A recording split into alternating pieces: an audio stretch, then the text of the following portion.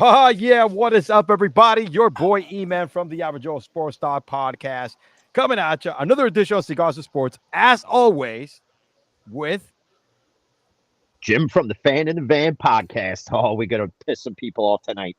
another returning, one of our best guests right here, Garrett, Jeff Jarrett. Garrett. What's up, guys? Appreciate you guys having me on. Thanks for coming, my guy. Our boy is busy, but he made some time for us today. It's a Bad Take podcast. What is it? Two dudes and a sports talk. Two news of sports news. I got the neon right behind me. There you go, man. Live. Nice. Well, thank you for popping up, baby. We love your football knowledge and appreciate it. What's popping in Duval County, baby? We have the future wide receiver one. I'm just, you know what? I'm gonna get this right out of the way. Yeah, that's why I teed you up there. I'm gonna get this right out of the way. So I've been saying it all day. I've been saying it for the last couple of days. I will be the first to admit for a couple reasons. One, Jim, like we talked about last episode, there's plenty of digital receipts of me saying this, so I'm not going to try to hide from it. I've been a huge critic of Brian Thomas Jr. for the last couple months. Honestly,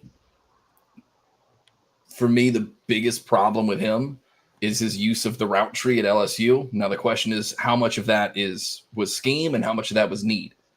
So he ran, I think it was 66% of his routes for either a go route or a hitch route,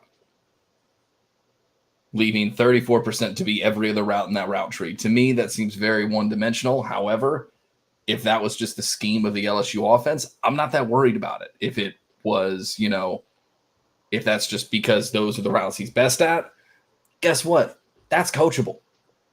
We're going to be fine. Like he's going to play Z. He's got 4.3. You're going to tell me you're going to give the second fastest guy in the draft a running start? Good luck. I ain't worried. We're going to be fine. Trade back Trent scared me last night. We got some picks. BTJ, we're going to be fine. And then Kool-Aid just got drafted by the Saints as we're recording this. So, well, there goes defensive back. Whatever. I'll be fine. I'll live. You might get to see me cry on air. That'll be fun. As we are live, we're gonna definitely hit every pick in this round real quick. We're gonna catch them up. These gentlemen were brave enough to post their top 10 mock draft right before the draft hits, so we're gonna react to that, hit the before and after picture, and of course our top takeaways from round one as we tackle round two, man. So we're gonna be crazy as we always do. Garrett, we start with what Jim's smoking today because Jim is the connoisseur. I let him light up first because he's daddy, so He's like Angel Fernandez, right? The Yankees kid. What's up, buddy? I ain't nowhere near Angel Fernandez territory. I could call balls and strikes, that blind fuck. I was about to say, I'm like, wait a minute, that seems like a dig, not a compliment. Listen, I know I'm getting old, but at 42, I still got 20/20 vision. I can still see shit in front of me. That's for sure. Nah, I'm far. I'm nearsighted as fuck now, dude. After 46. But since Angel Hernandez can't see this, and it's right in his wheelhouse, Menudo Inspirado. I've already smoked this before, and it is a phenomenal cigar. Then again, anything with Macanudo, you really can't go wrong. Actually came in the mystery pack I got at South Shore today, so I honestly couldn't even tell you how much it costs with outside of the fucking mystery pack. If I had to guess, probably like $15-20. But it's no harsh aftertaste to it, no harsh draw. It's more like mild to like a medium full body type of shit, something like that. So then again, it's Macanudo. It's class, and that's all I smoke is class. What can I say? Macanudo definitely does a great steak, actually. One of my favorites. It's what I do. Unlike Sean Payton going out there and doing interviews saying that he trolled the Vikings into getting J.J. McCarthy. Like, hey, fuckbag. We already know that you weren't getting J.J. McCarthy because you took the fucking college professor who's 40 years old and fucking Bo Nix. Looks like he stuck a fork in an outlet one too many times. That's spike job. It's unreal. All right, guys. I am actually frozen up a little bit here. Let me work these technical difficulties you guys take on. Do me a favor. Before we move on, give us, Garrett, we'll start with you. Give us your best takeaways of round one. What was your top takeaways? So for me, it's clear that honestly, how do I put this? I'm not mad at the Falcons pick. I'm not mad at it. I'm not mad at it because if you think of it like, and granted, it was earlier than they took Rodgers or they took Jordan Love, but how often?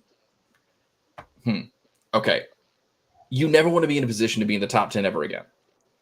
If you're in the spot now to get a top 10 player, arguably your quarterback of the future, why wouldn't you?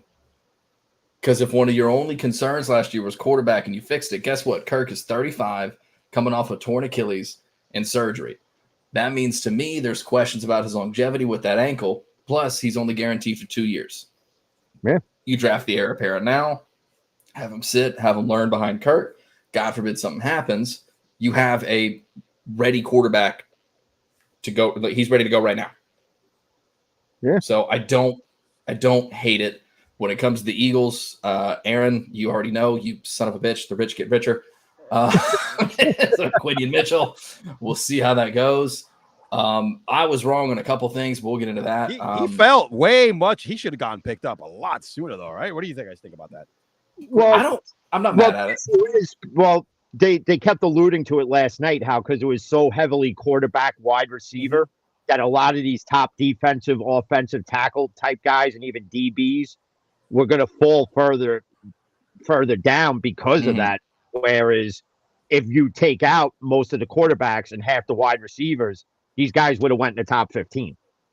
So I mean, it's no fault to the skill set. It's just the way the draft lined up, where it's obviously you had the top quarterbacks coming out, you had the top wide receivers coming out, and those were a lot of these teams' needs. That's why they have the top picks, because they fucking need these guys, and the teams that have lower picks don't need them.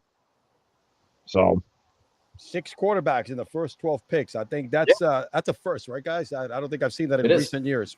Yeah, two records happened in the first round. It was the most offensive players ever taken in a draft before in the first round, and then it was the most quarterbacks ever taken.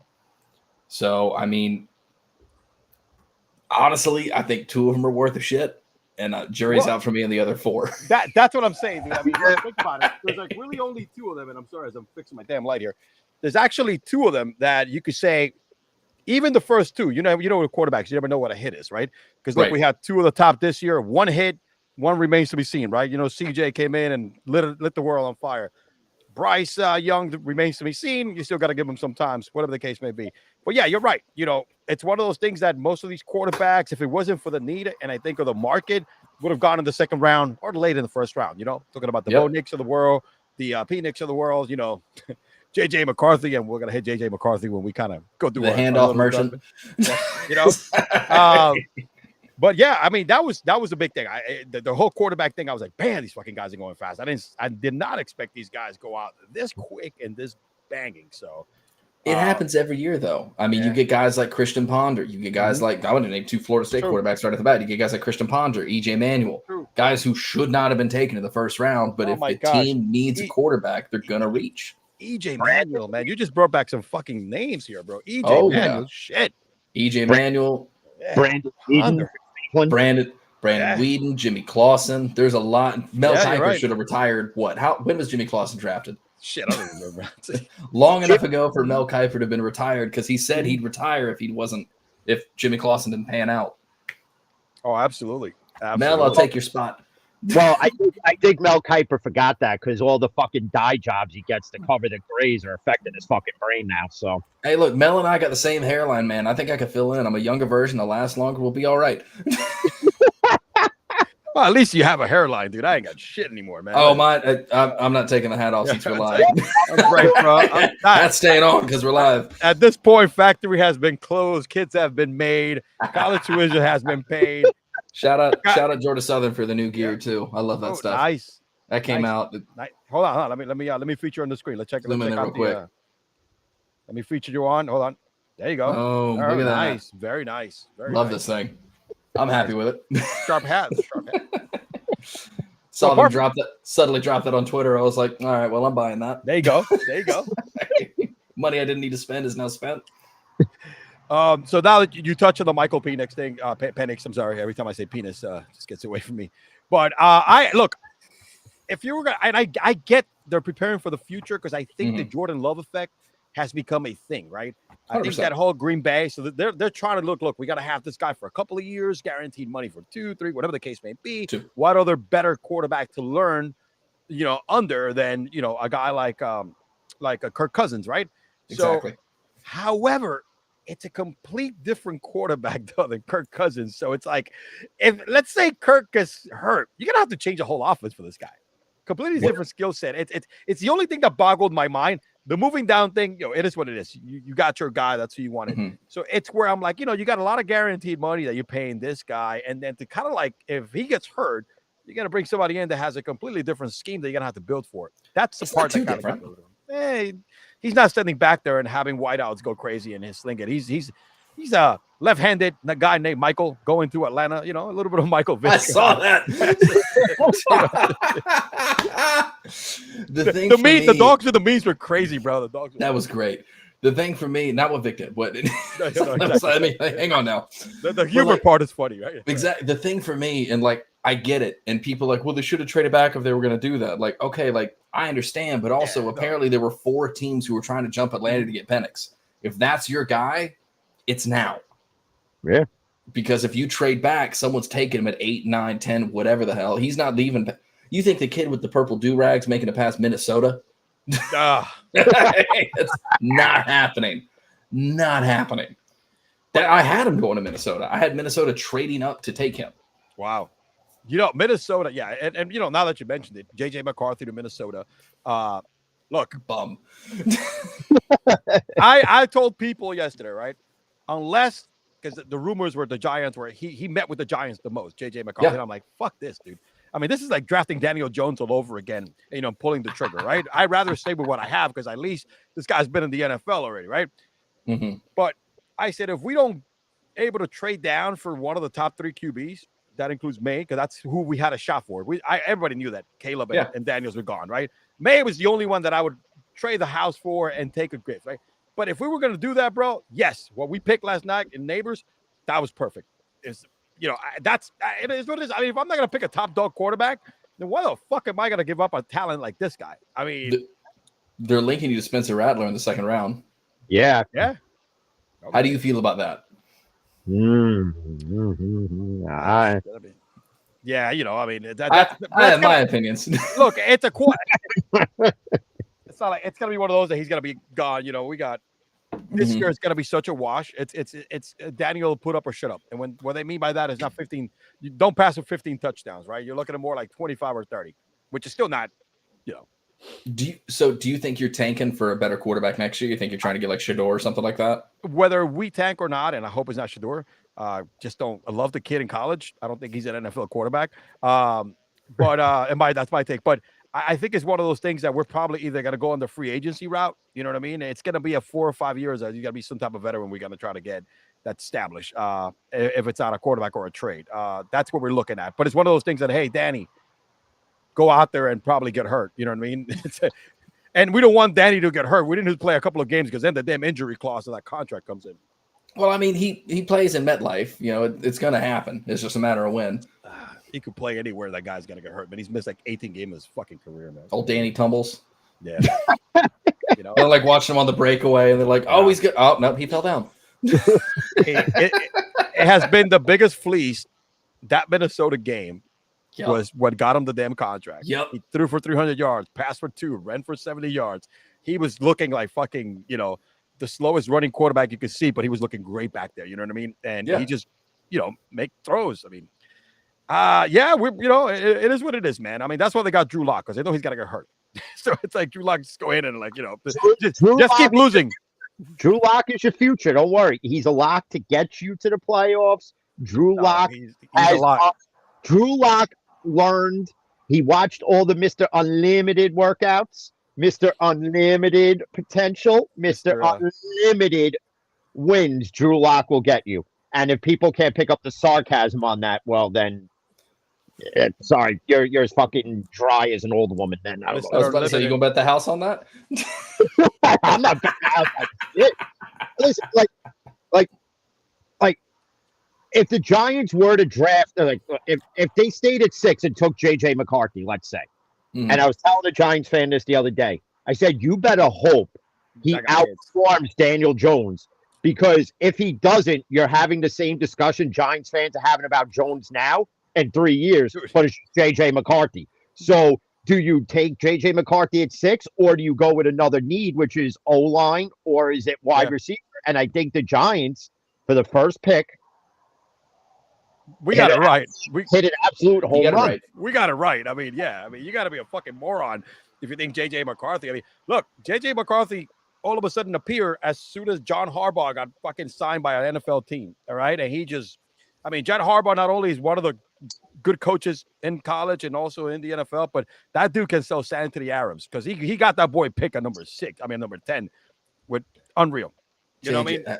I'm not. The only reason I put him so early in my mock draft is because I was seeing things that said the Patriots were head over heels for the kid. Unreal. That's what I was saying. I was like, I don't get it, but fuck it. Y'all have done crazy. Well, that also got leaked out from one of the massage therapists at Orchid Angels when Kraft was there. He was having a conversation with one of his other buddies over there in the room next door, and boy. It got leaked. Yeah, he was at Jupiter's massage and parlor, chilling out there next door. Yeah, he probably was talking to Deshaun's fucking manager about what they're going to do in a couple of years. So. Yeah, and I think Sean Payton was in the room after, and he's like, "Yeah, guys, I'm going to troll Minnesota into taking JJ. Watch, you'll see." Fucking Sean Payton. Sean Payton is the definition of a chooch. He's a nozzle. Bo Nix, baby. He got supposedly the guy that he wanted it in Bo Nix, didn't he? He didn't want Bo Nix. And how that man didn't want Bo Nix. Everybody's like, oh, he got the heir apparent, man. You know, it's the fuck out of here. I honestly think Bo Nix was shocked he even got taken there. To be quite honest, but you know, it's I don't know. And Denver's so stupid. You trade for Zach Wilson. You mean to tell me you just couldn't keep the number 3 and sell Russell Wilson jerseys as Zach Wilson jerseys? True. I mean, come on. I mean, it would have benefited you, but what the fuck do I know? I don't work for marketing in the NFL or with the Denver Broncos. I sell car parts for the American working man because that's who I am and that's who I care about. And they're guaranteed. I don't guarantee any of my parts. I guarantee they are parts. I can guarantee you this, that if you're a mechanic who has to ask me, how do I tell if it's a 4 or a 6 cylinder? You should put your tools down and go work at fucking Burger King because they're always hiring, and you'll be there with Evan Neal soon enough flipping burgers. So, and in certain states, you can make $20 an hour. So there you go. That's fair. Yeah, make $20 an hour for fucking taking a basket of fries and dropping it in a fucking vat of oil. Yeah, okay. And rent is $6,000 a month. Yep. For your studio. Exactly. Yeah, and 70% of your taxes. Yeah, there we go. The math does math there. So we all agree that JJ McCarthy. Bum. Future. Here we go. Future bust. He uses 2-in-1. He uses 2-in-1 shampoo and conditioner. He's a bum. There you go, man. I'm with there, man. I was telling people, dude. I'm like, if the Giants pick this guy, this is the most Giants move you could ever seen. I mean, we're gonna pick the same quarterback back to back, times because that's what you're picking. At least Daniel Jones is 6-something, bro. You know, he gets hurt but take a hit or so. He looks like a quarterback. This kid is like, dude, it's gonna be a nightmare. I know he has a lot of weapons, right? And he's going into a great situation. Good O-line, good scheme, right? Probably the best wide receiver in the game in JJ Hawkinson, Jordan. I mean, Adderley is fucking nice. You know what I'm saying? He's going in there with a lot of stuff. But dude, I don't know, man. I mean, he's going to a system where you have to actually sling the football and not hand it off 90% of the time. And not only that, you got to be able to get it to the wide receiver's hands. That's the other shit. I don't care how good the wide receiver is, but if your ass is not hitting that damn target, dude. All right. And we're not talking about like I used to call Chad Pennington 10-yard Chad. It's not 10-yard fucking passes over here or dinking dunks. You got to hit these guys 20, 30 yards on stride, dude. That's how I felt about Toby Gerhart when he was a Jag. We all called him 2-yard Toby. Yeah. Just run up the middle, fall over, and we're like, hey! It's like shit. Guaranteed every time. Best 4th and 1 ever. Guaranteed 2 yards every time. If only it was 8 yards until the line. I just don't get how in a pro day you can overthrow a receiver who's not covered by anything other than air. But J.J. McCarthy managed to do it. I put zero stock into pro days when it comes to quarterbacks, especially when you get the reports of like He looked accurate during his pro. Dude, Sorry, if you're not getting chased, by a lineman, I could throw the football 20 yards. I need to get my radio voice on. J.J. McCarthy was perfect for his pro day. Worked fantastic. Everything was great. Went 49 for 50 for the whole pass. It's like, yeah, it's fucking scripted. You've been practicing this for weeks. There's no pressure. There's no blitz. It's routes on air. It's painless. JJ's out there to hit 50 and 50. He's out there in his whole high school with a bunch of his former buddies who never made it to college, catching passes from him from the same fucking routes. You know what I'm saying, dude? Hey, yo, Jimmy, go over there, man. Make a sled. There you go. Bro, I loved it. I loved it so much that pregame thing they had, the preseason thing they had of him like doing the 360 throw. And I was like, hey, that's cool and all, but Buddy was out of bounds. Sorry about it. The saddest part is with a pro day is you can have me there sitting in a fucking lounge chair smoking a friggin' cigar and I could throw 20-yard passes. That's how much stock there is in a fucking pro day. I'd pay good money to see that. You know what? I might hang on. I might just do like a YouTube short clip of me just like in a high school football field in a lounge chair just yelling at some random like 12-year-old. Yeah, go deep, shithead. You got to catch that. Can you throw that football over those mountains, damn near quarter mile? Uncle Jim. Yeah.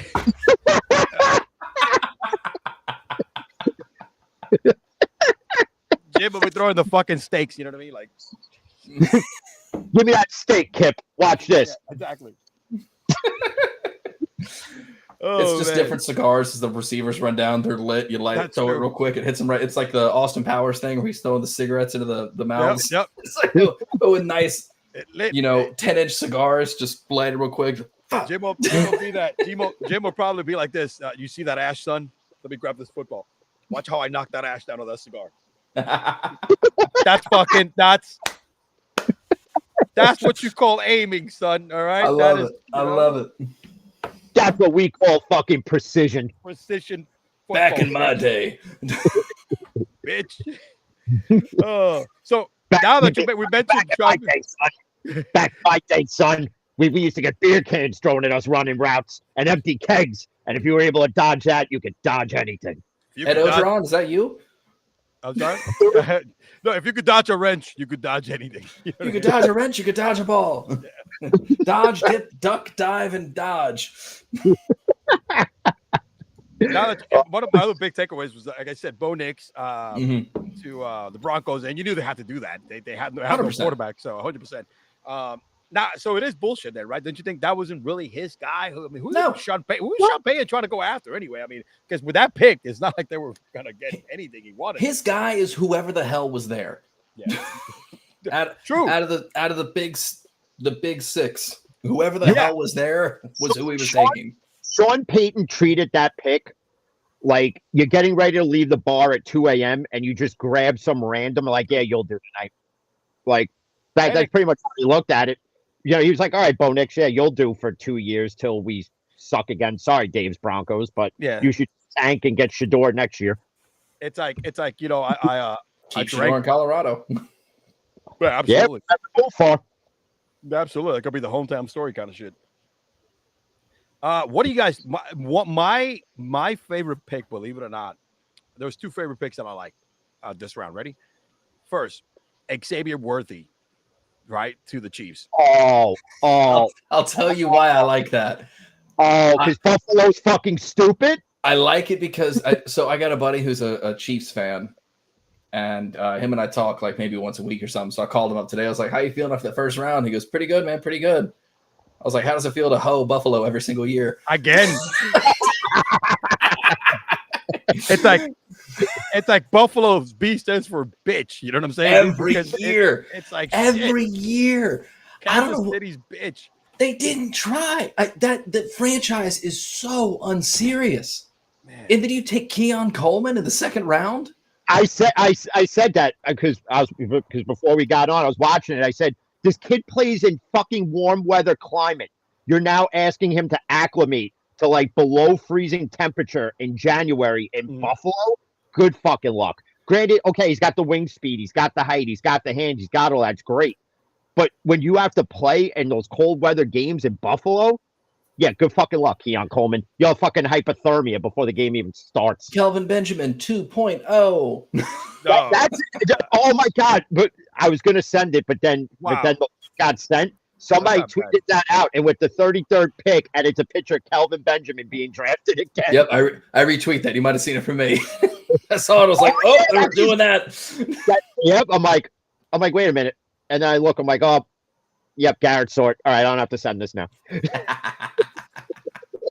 And, God, I don't know what the hell is wrong with my fucking camera today, man. But this is out of control. Keeps freezing over. And before I fuck around, here I'm gonna throw this one out there. My second favorite pick, ready, was Ricky Pearsall by the 49ers. Love it. I have been saying it for months. I was honestly shocked. I thought he would have fell in like the low second round, but like I was telling a buddy of mine, I said with Kansas City taking Worthy and with the 49ers taking Pearsall, Debo's probably going to be gone because now it looks like they're not going to trade Ayuk, and Debo looks like he's going to be the odd man out. But then again, I think any of those two. I don't think you trade any of them at this point. I understand you're going to need the money to pay Brock, but Buffalo needed a wide receiver. You traded it to Kansas City, so in essence you got hoed on the field, off the field, and it tells me this: Rashee Rice is gone. He's gone. That's why. Goodbye. See you later. Gone. Absolutely. Well, we just took a defensive tackle nobody wanted. Somebody needs to get drafted. No, you're right. Fucking even the Water Boys got to get drafted. Don't worry. Let me tell you, Brandon Ayuk texted the GM and the head coach. I'm not gonna lie, that was a fire pick.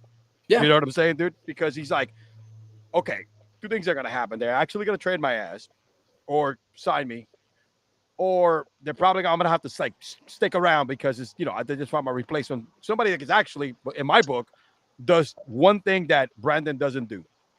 He actually hits the slot. He can get to the middle of the field, take a hit. He's a tough guy, and he's almost as fast, or probably as fast as does the same thing that Brandon does. Remember, Brandon fits that scheme well because he's the takeoff guy. He's a speed guy, breakaway guy. You got Debo to do everything else. Pearsall in the right system, dude, because I've seen that guy play a lot. We're in Florida, bro. I know. I watched Pearsall for years. Shit, I love the kid. I'm like, dude, typical 49ers shit, dude. You know what I mean? They do this shit every year. Kid's gonna be special. Kid is good.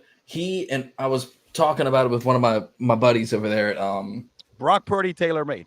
Yeah, no, I was talking about it with one of my buddies over at oh my god, I'm drawing a blank at a show. Chill Takes, Darian over at Chill Takes. We were going back and forth about it, and I was like, dude, he reminds me of he has Cooper Kupp potential. Yeah. I think he does 100%. But 100 times a better athlete. That's what's scary. He's gonna be special. He's gonna be special. And y'all can bookmark this, save it. I don't give a shit. I will stand by this. He is going to be special. Ladies and in that Shanahan offense, all owning receipts. That's right. Book it. We have a lot of those. People like to grab our receipts and just bash them every time. Oh, I got plenty. I had a lot of Texans fans come for me after we lost 5 of the last 6 games and lost the division. And I just had to sit there and just go, yep. Yep. Cuts with the territory, my man. You know what I'm saying? It's like, I get it. We're good. I understand. Hey, we it's one of those things where like, look, I've been wrong before, and I'm willing to bet every dollar I've ever made and ever will make, I'll be wrong again. Guys, if we were that fucking good, man, we would not be doing this for fun. You know what I'm saying? We wouldn't be doing this. This shit's not putting food on the table. You know what I'm saying? So therefore, we could say whatever the fuck we want. You know what I'm saying? Exactly. So if anybody, hey, you don't like our take, hey, go ahead, man. Just play it back. I ain't gonna get hurt about it. Yeah, and if you want, you could block it from clogging your timeline too. Just saying. Yeah, we got a few of those. He's actually our dumbass of the week. But we'll get to that when we get to it. Any other major takeaways from round 1 before we do a quick recap of the second round right now, and then we're gonna hit our mock draft. Chicago. Okay. Well, we all knew they were taking Cleveland. Yep. That was the rumbling. They might trade out of the 9th spot, and I think they were smart sticking there. They get the running mate. But here's where you have the other Bears fans that are annoyed by this draft. because why didn't they do this for Justin Fields? Oh, get the fuck out of here. No. And I absolutely agree because I'm with you. They kind of alluded to it on ESPN last night. They're like, Justin Fields is finally getting his feet under him, and it looks like it was going to go the right way, and they kind of just gave up on him. And it's like, okay, this new shiny toy's coming out, and we want him now, so we'll build for him, but not for the guy we already had. Go ahead, Gary, because I'm going to probably go the complete contrarian way because I'm not a Justin Fields kind of guy. What I thought should have happened, and I said it on Sports After Dark, I've said it a couple times. It's what I thought would be smart. You build around Fields one more year. You don't pick up his fifth-year option. You have him prove it this year. You give him Odunze. You give him, Joe Alt. You build a line around him. You give him more weapons. You basically put him in a position where if he fails at this point, it's really fucking is on him. But then if he is the problem and you can't drive anything, guess what? You have a top 10 pick next year. You could take a quarterback then. That was where I was at with it. I thought just stick it out one more year, get all the weapons in the world, and if for some fucking reason he's not the answer, you're in the top 10 again. You can get whoever the hell you want. And now you have all these weapons for your new rookie QB.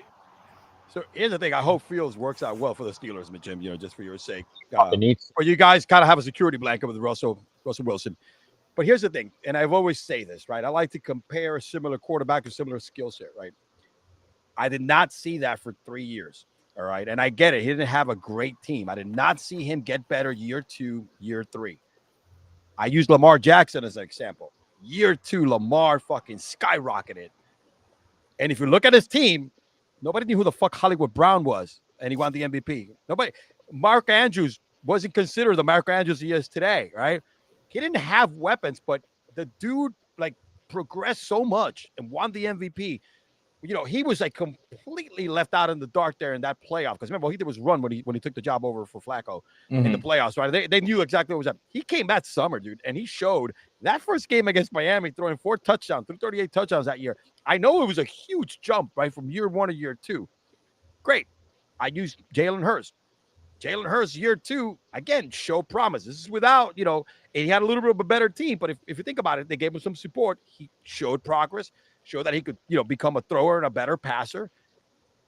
And of course, when you give him AJ Brown, everything hits, right? Yeah. And I get it. Last year, you still got DJ Brown. DJ Moore, good wide receiver, right? He's not better than what you had before. You throw Mooney into the mix. Cole Kmet is, to me, bro, with a good quarterback, that guy is it's a top 10 fucking tight end because the dude just catches balls. All right. However, I did not see that for 3 years, man, from a point of a passer. You know what I mean? He still has all the skills, but that's why I'm like, hey, you know what? Either you cut bait now. Don't get me wrong. Maybe they should have given him one more year. I'm not going to disagree 100% with that, but I don't think he is the future of that team. But what do those two teams have that Chicago didn't have? Better coaching staff, more of a better program. Or a better O-line to protect the quarterback. Yeah, that's true. But look, that was part of the problem in Chicago, and that's why Justin Fields couldn't progress as a thrower because he was he was Forrest Gump out there running for his fucking life. Kind of like Bryce Young in Carolina right now. When you don't have an O-line to protect your quarterback, the quarterback's going to have to run more than he throws. So you can't fully – you could take part of the blame of Chicago's shit situation and put it on Justin Fields to a degree. But there's enough blame to go around in Chicago to blame it on everybody. So I get it. Shitty situation. I think Fields should have been given another year. Me and Kat have discussed it countless times, whether it's on our own shows, Steel and Teal. And a lot of Bears fans that I've talked to feel the same way. Build around Fields for the 1 year. If you give him all these weapons and you still can't win, then he's the problem. Again, you get a top 10 pick out of it. You could trade up to get one of the top kids coming out. You could find one in free agency, get creative, and then find your replacement that way. I think just sing up on him the way they did, I don't think it was fair to him. But then again, you can't put that blame on Ryan Poles. He didn't draft Justin Fields.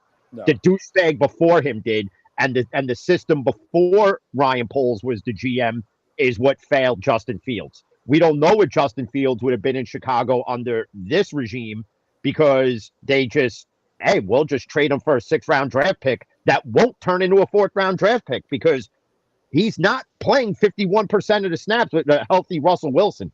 It's not going to happen. Sorry, hate to tell you that. Do you think he beats Russ out or no? No, Russ is going to be the starter. Yeah. Russ is going to be the starter, but what they are going to do, because if you notice, they didn't pick up the 5th-year option. Yep. Didn't Green Bay do the same thing with Jordan Love? Mm-hmm. Yep. So they're going to go the Jordan Love route with Justin Fields, and so they decline the 5th-year option and then do the extension that way. Because Justin Fields is going to be the heir apparent.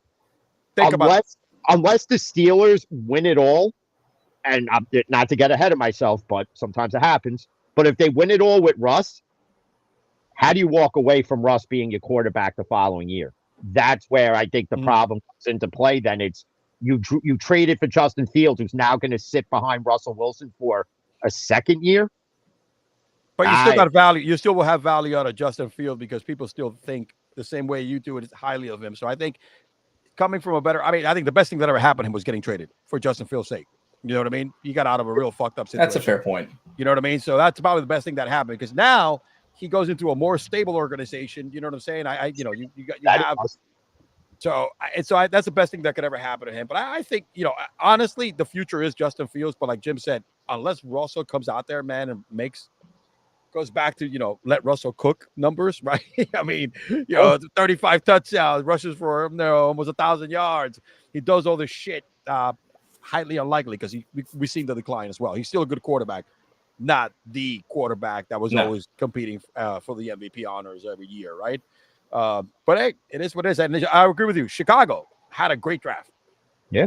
I'm not sold on Caleb either because there's certain things about Caleb that fucking rub me the wrong way. 100%. From a intellectual side of it of the game. Has all the physical capacities, athleticism, and all that kind of shit. But we'll see, man. It's a different game when you're the man now. There's a lot of pressure also on Caleb because a lot has been invested in that team. Keenan Allen, DJ Moore. I mean, there's been a lot of shit, and now you draft another wide receiver. It's a lot of pressure for a rookie quarterback to go into an organization that, for a lack of a better word, a fucking unstable shit show. So yeah, and especially now in a tougher NFC North where Detroit's gotten better, Green Bay is only going to get better now, and I mean, kind of not sold on Minnesota yet because I'd rather honestly have J.J. McCarthy as my starting quarterback than I see Ghost Darno. But he's not going to start the season though. It's going to be Darnold. They're going to ease J.J. in. You know what I mean? And that's the way I think it's going to be. I think that would be the smart move. And at Minnesota, this just might be the same situation like what you guys are in. It's just like a wash year. Get another top 10 pick, find another stud defensive end or offensive tackle, whatever it is, and then JJ is the new starter. That's it. There's nothing wrong with that. If these kids really think, like, if JJ McCarthy thinks he got drafted and is going to start right away, then you got the Kenny Pickett syndrome, thinking that you should have been the starter over Russell Wilson. I think he could beat out Darnold. He can. I think he could beat him out. And the only reason I think he could beat him out is because he's a game manager. He's a game manager, but also, which is not a bad thing. We've been over this 1,000 fucking times. Yeah. He's a handoff merchant and he doesn't turn the ball over. And AJ, I mean, you got Aaron Jones, who, when he's healthy, Aaron Jones is still a very good running back. Right? That can be a safe, nice security blanket, for him as well. So, yeah, absolutely. Look, the Hawk, bro, he could dump that shit. I mean, he has, like, to me, he is going into a better scenario than Caleb Williams. He's going to a better scenario than any of them. You're right. Than any of them. You're right. Any of them, because the only one who's going into the better situation is Penix because he's not going to fucking start. Exactly. He could just stand back there and be like, "Yo, the pressure's off me, man." If I go in there, if I go in there, Kirk, that's crazy. All right. Hey, yo, Kirk Cochain, baby, Kirk Cochain. I was like, I didn't get $100 million guarantee. I'm gonna go in there. Shit, I go there and throw. Let's go, baby. It's like to me, Drake May goes into a bad situation as well because you're asking him to be the savior of a franchise with what weapons? Yeah. And he's not ready either, bro. He's more of a raw project. Definitely. I mean, he reminds me of Josh Allen. I mean, remember when he first got there? Josh Allen was not supposed to be the man, and he was thrown in there prematurely. Mm-hmm. But because remember, you got those kind of same raw, and you look at him more from the height side. You're right, the arm strength. He can run. He's a big guy that can just run over people. So it's kind of what you look from that standpoint. But yeah, he's going into a situation. I'm like, holy shit, man. The worst thing they could do to that kid is making him the starter day one. He's got to go in because Brissett's got to get hurt. Stay healthy. Yeah. There's no doubt about it. But don't let him do this shit game one, bro. Let him see a couple of hits first, man. Let him look at the speed. I'm like, holy shit. Wait a minute. You know what I mean? Yep. It's fast. Yeah, it's a whole lot different, man. Let him see. Oh crap! Look at that guy, man. Just coming up the line. It's like Yeah, that's the main thing I tell people. I'm like, listen, yeah, all these guys were great in college, but college is at a different level. And you get to the NFL, and it's a completely different monster, and it's a sped up version of college. And you need to transition quickly if you want to succeed. Duke and North Carolina are known for producing great basketball players, not fucking football players. Here's the way I always look at it too. When it comes to some of these players, like when you think of it this way, this is how I've broken it down for people. Everybody plays fucking Pop Warner growing up, or some version of that. The kids who are good at it play in middle school. The good kids in middle school play in high school. The best kids in high school play in college, and the best kids in college make it to the pros. Yeah. So the pros are the best of the best of the best of the best. Like there's a reason. Yep. And it's a small percentage of who make it to the pros, even if you're even like a Hall of Famer or an All Pro. It's insane just to make it and play 3 or 4 years because the percentage 100%. Is so small. It's not even funny.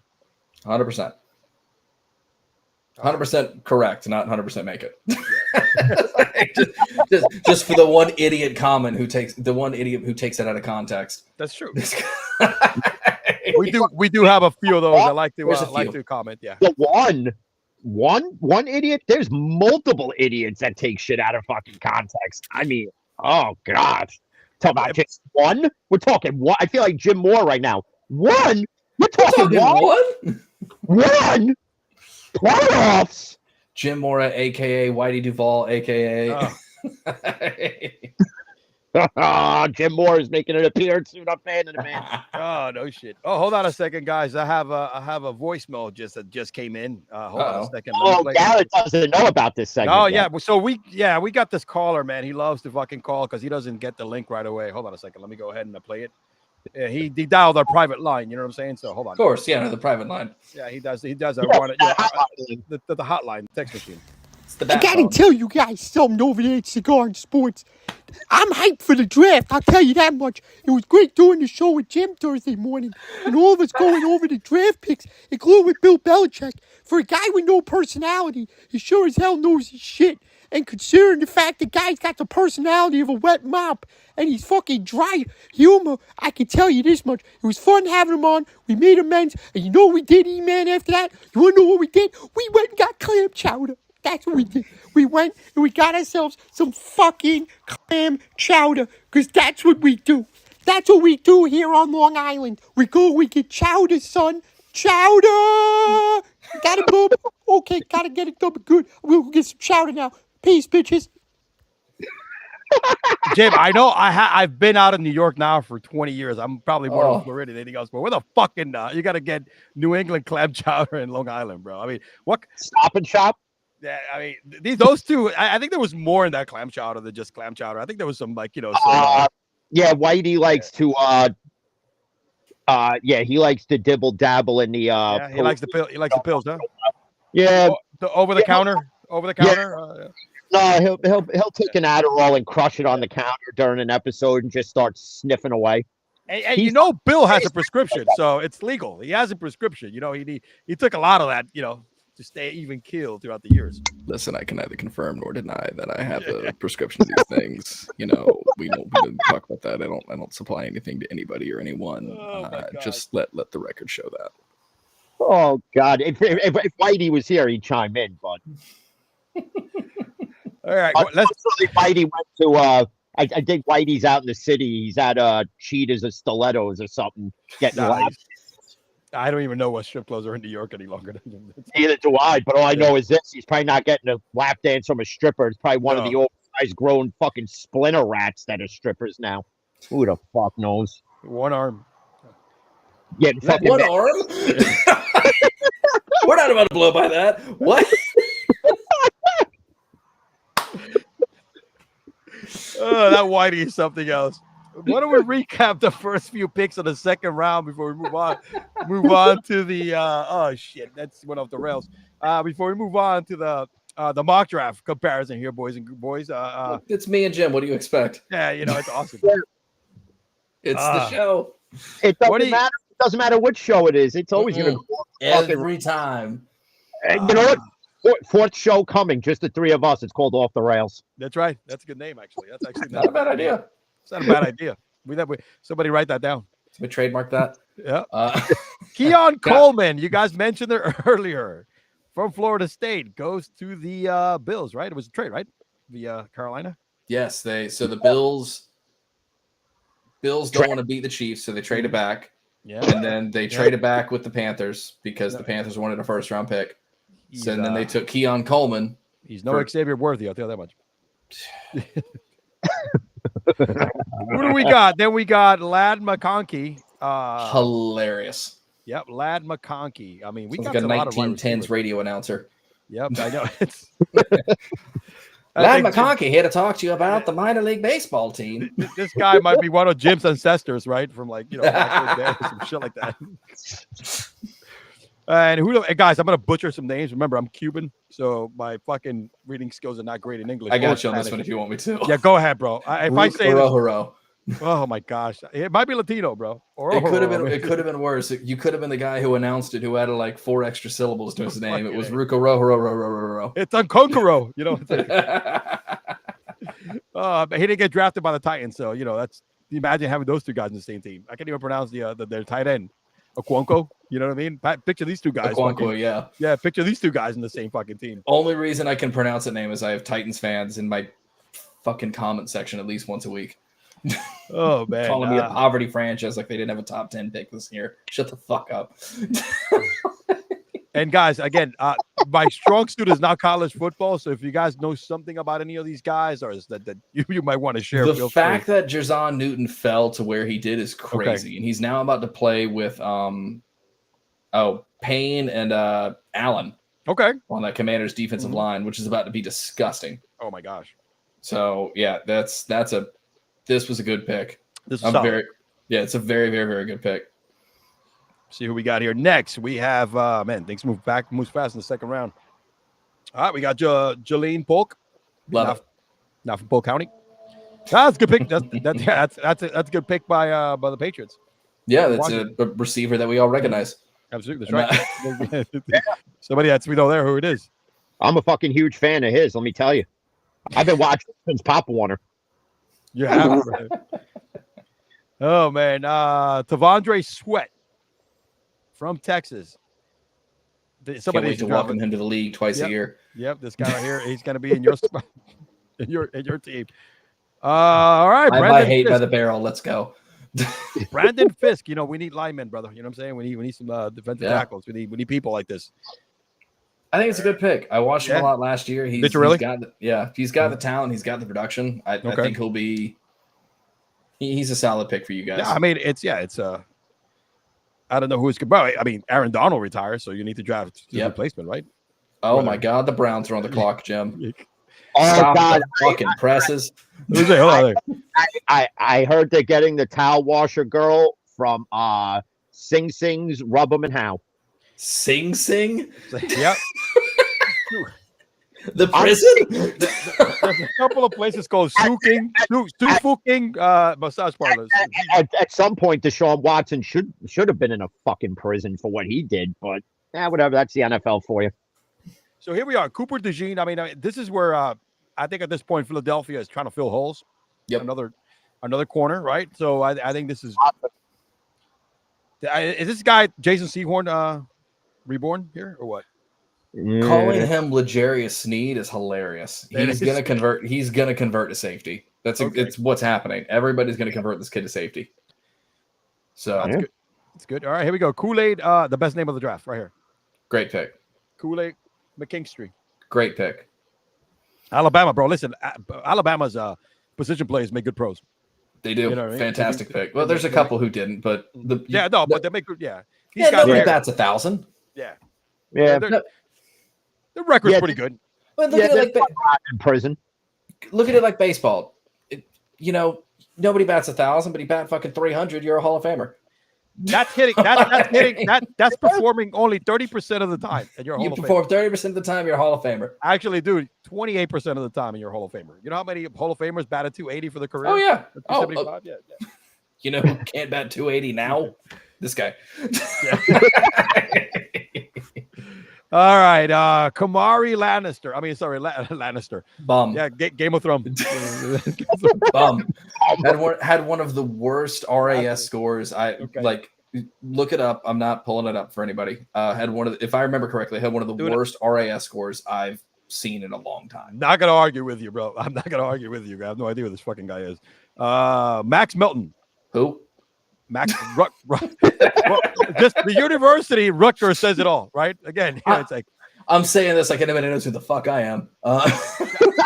Shout out to Jersey. Shout out to Jersey City, right? You know what I'm saying, bro? We got Rutgers University, somebody getting drafted pretty fucking early too, though, man. You know what I'm saying, dude? That's something. No, man.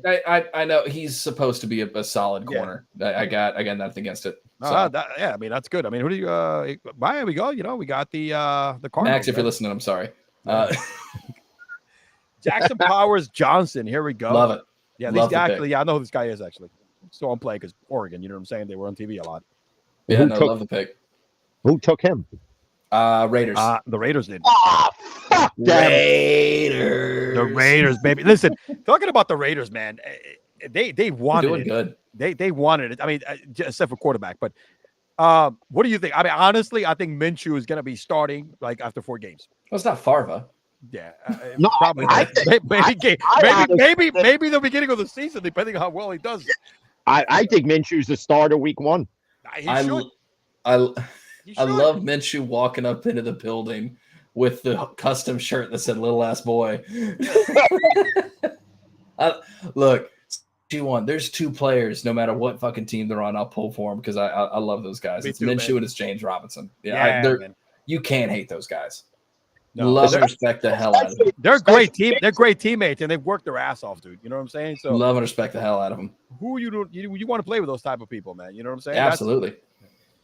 All right, let's go back over here. I think we went to Edgerrin Cooper. No relation. Don't know enough. Yep, no relation there.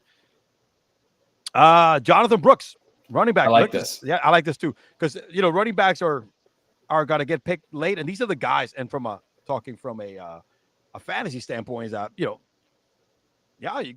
may have an opportunity to play.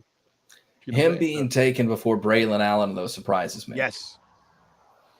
So, but he's a good running back. Mm-hmm. Like you're saying on the screen, he was buried behind Bijan and Roschon Johnson last year. Yep. Both those guys were drafted, I think, in the first 3 rounds. Yes, was sir. Roschon in the 3rd round? Roschon was in the 3rd round. Bijan first round. Yep. Yeah. So those are both 2 upper half. Those are day 1, day 2, picks. Being buried behind those guys, nothing to kind of turn your nose up at. And he played great last year. Yep, these are the kind of guys that you want to give a shot to, right? You know what I'm saying? They have an opportunity to impress and become productive players. So 100%. All right, we got a safety, Tyler Nubin. What do you think about this guy? I don't know shit about him, but I don't either. I want to call him Nubbin, but I don't think that's right. Little Nubby, he's probably not going to make the team. No, 2nd round, he'll make the team. He's a 2nd round pick. He's making the team. He's making the team. 2nd round, he's making the team. Regardless whether he plays special team or not, this guy's going to make the team. They'll find a spot. 6th round and beyond is the question. That's right.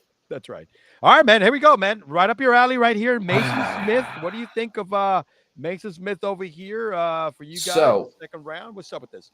Here's where I'm at with it. LSU, bro. Another good program that makes decent pros. If he is the guy who had the same – so he's a freshman All-American. Mm-hmm. If he has the year he had when he was a freshman All-American and last year was just him coming back into form, they were saying last year if he came out, he would have been a top 5, top 10 pick. I heard. I don't hate the pick. It's not an immediate need for us. We have Eric Armstead, a defensive tackle. Devon Hamilton had a down year. This is a decent backup plan. I'm not mad at it. He's big. He's long. He is right up Balky's alley. If he regains what he was back in 2021, this is a fucking steal. Okay. If he does not regain back what he was when he was 2021, decent depth piece. So it's one of those we didn't need at second. High risk, high reward potential, which you know what? So you got to do this in the second, because after the second round, this is kind of what you look for. You got guys that might have fallen, like you said, right? Because of the same issues like this. And you'll be like, you know what? We see something that's going to fit whatever program we run, right? In regards to your team in the Jag. So, well, honestly, before I get it, fuck 33rd team. Yeah.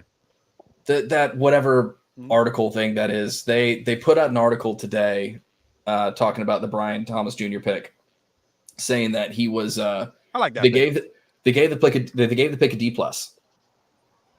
And the reason why is the Jaguar, almost a direct quote, if not I'm paraphrasing, I'm fucking close enough, filled a need, was exactly what they were looking for, raw prospect, D+.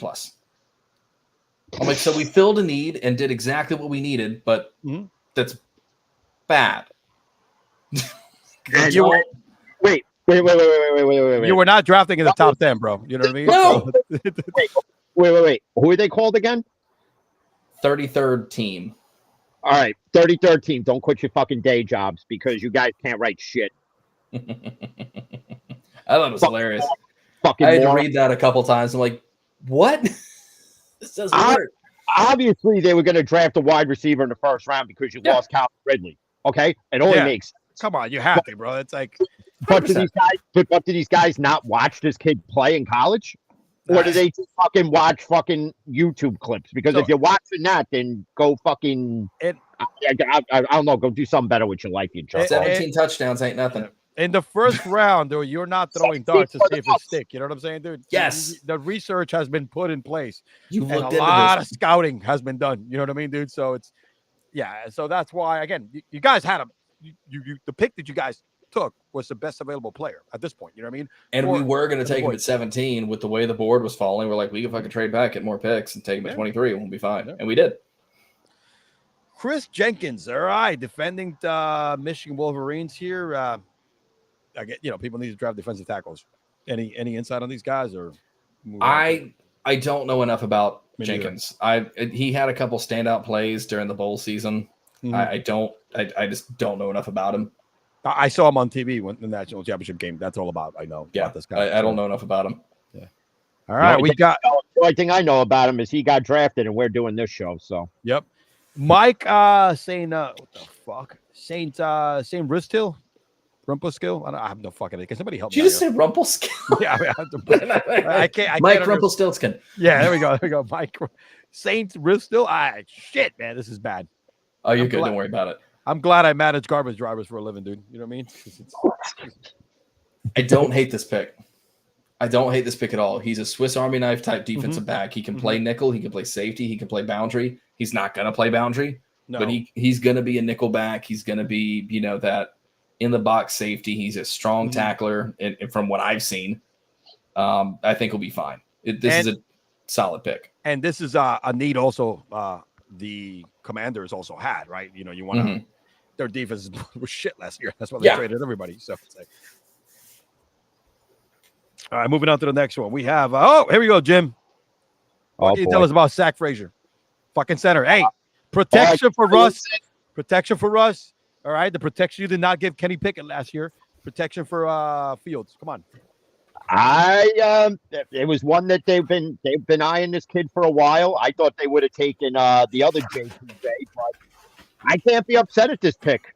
I really can't be upset. The draft analysis. This guy's a four-time wrestling champion, bro, in high school.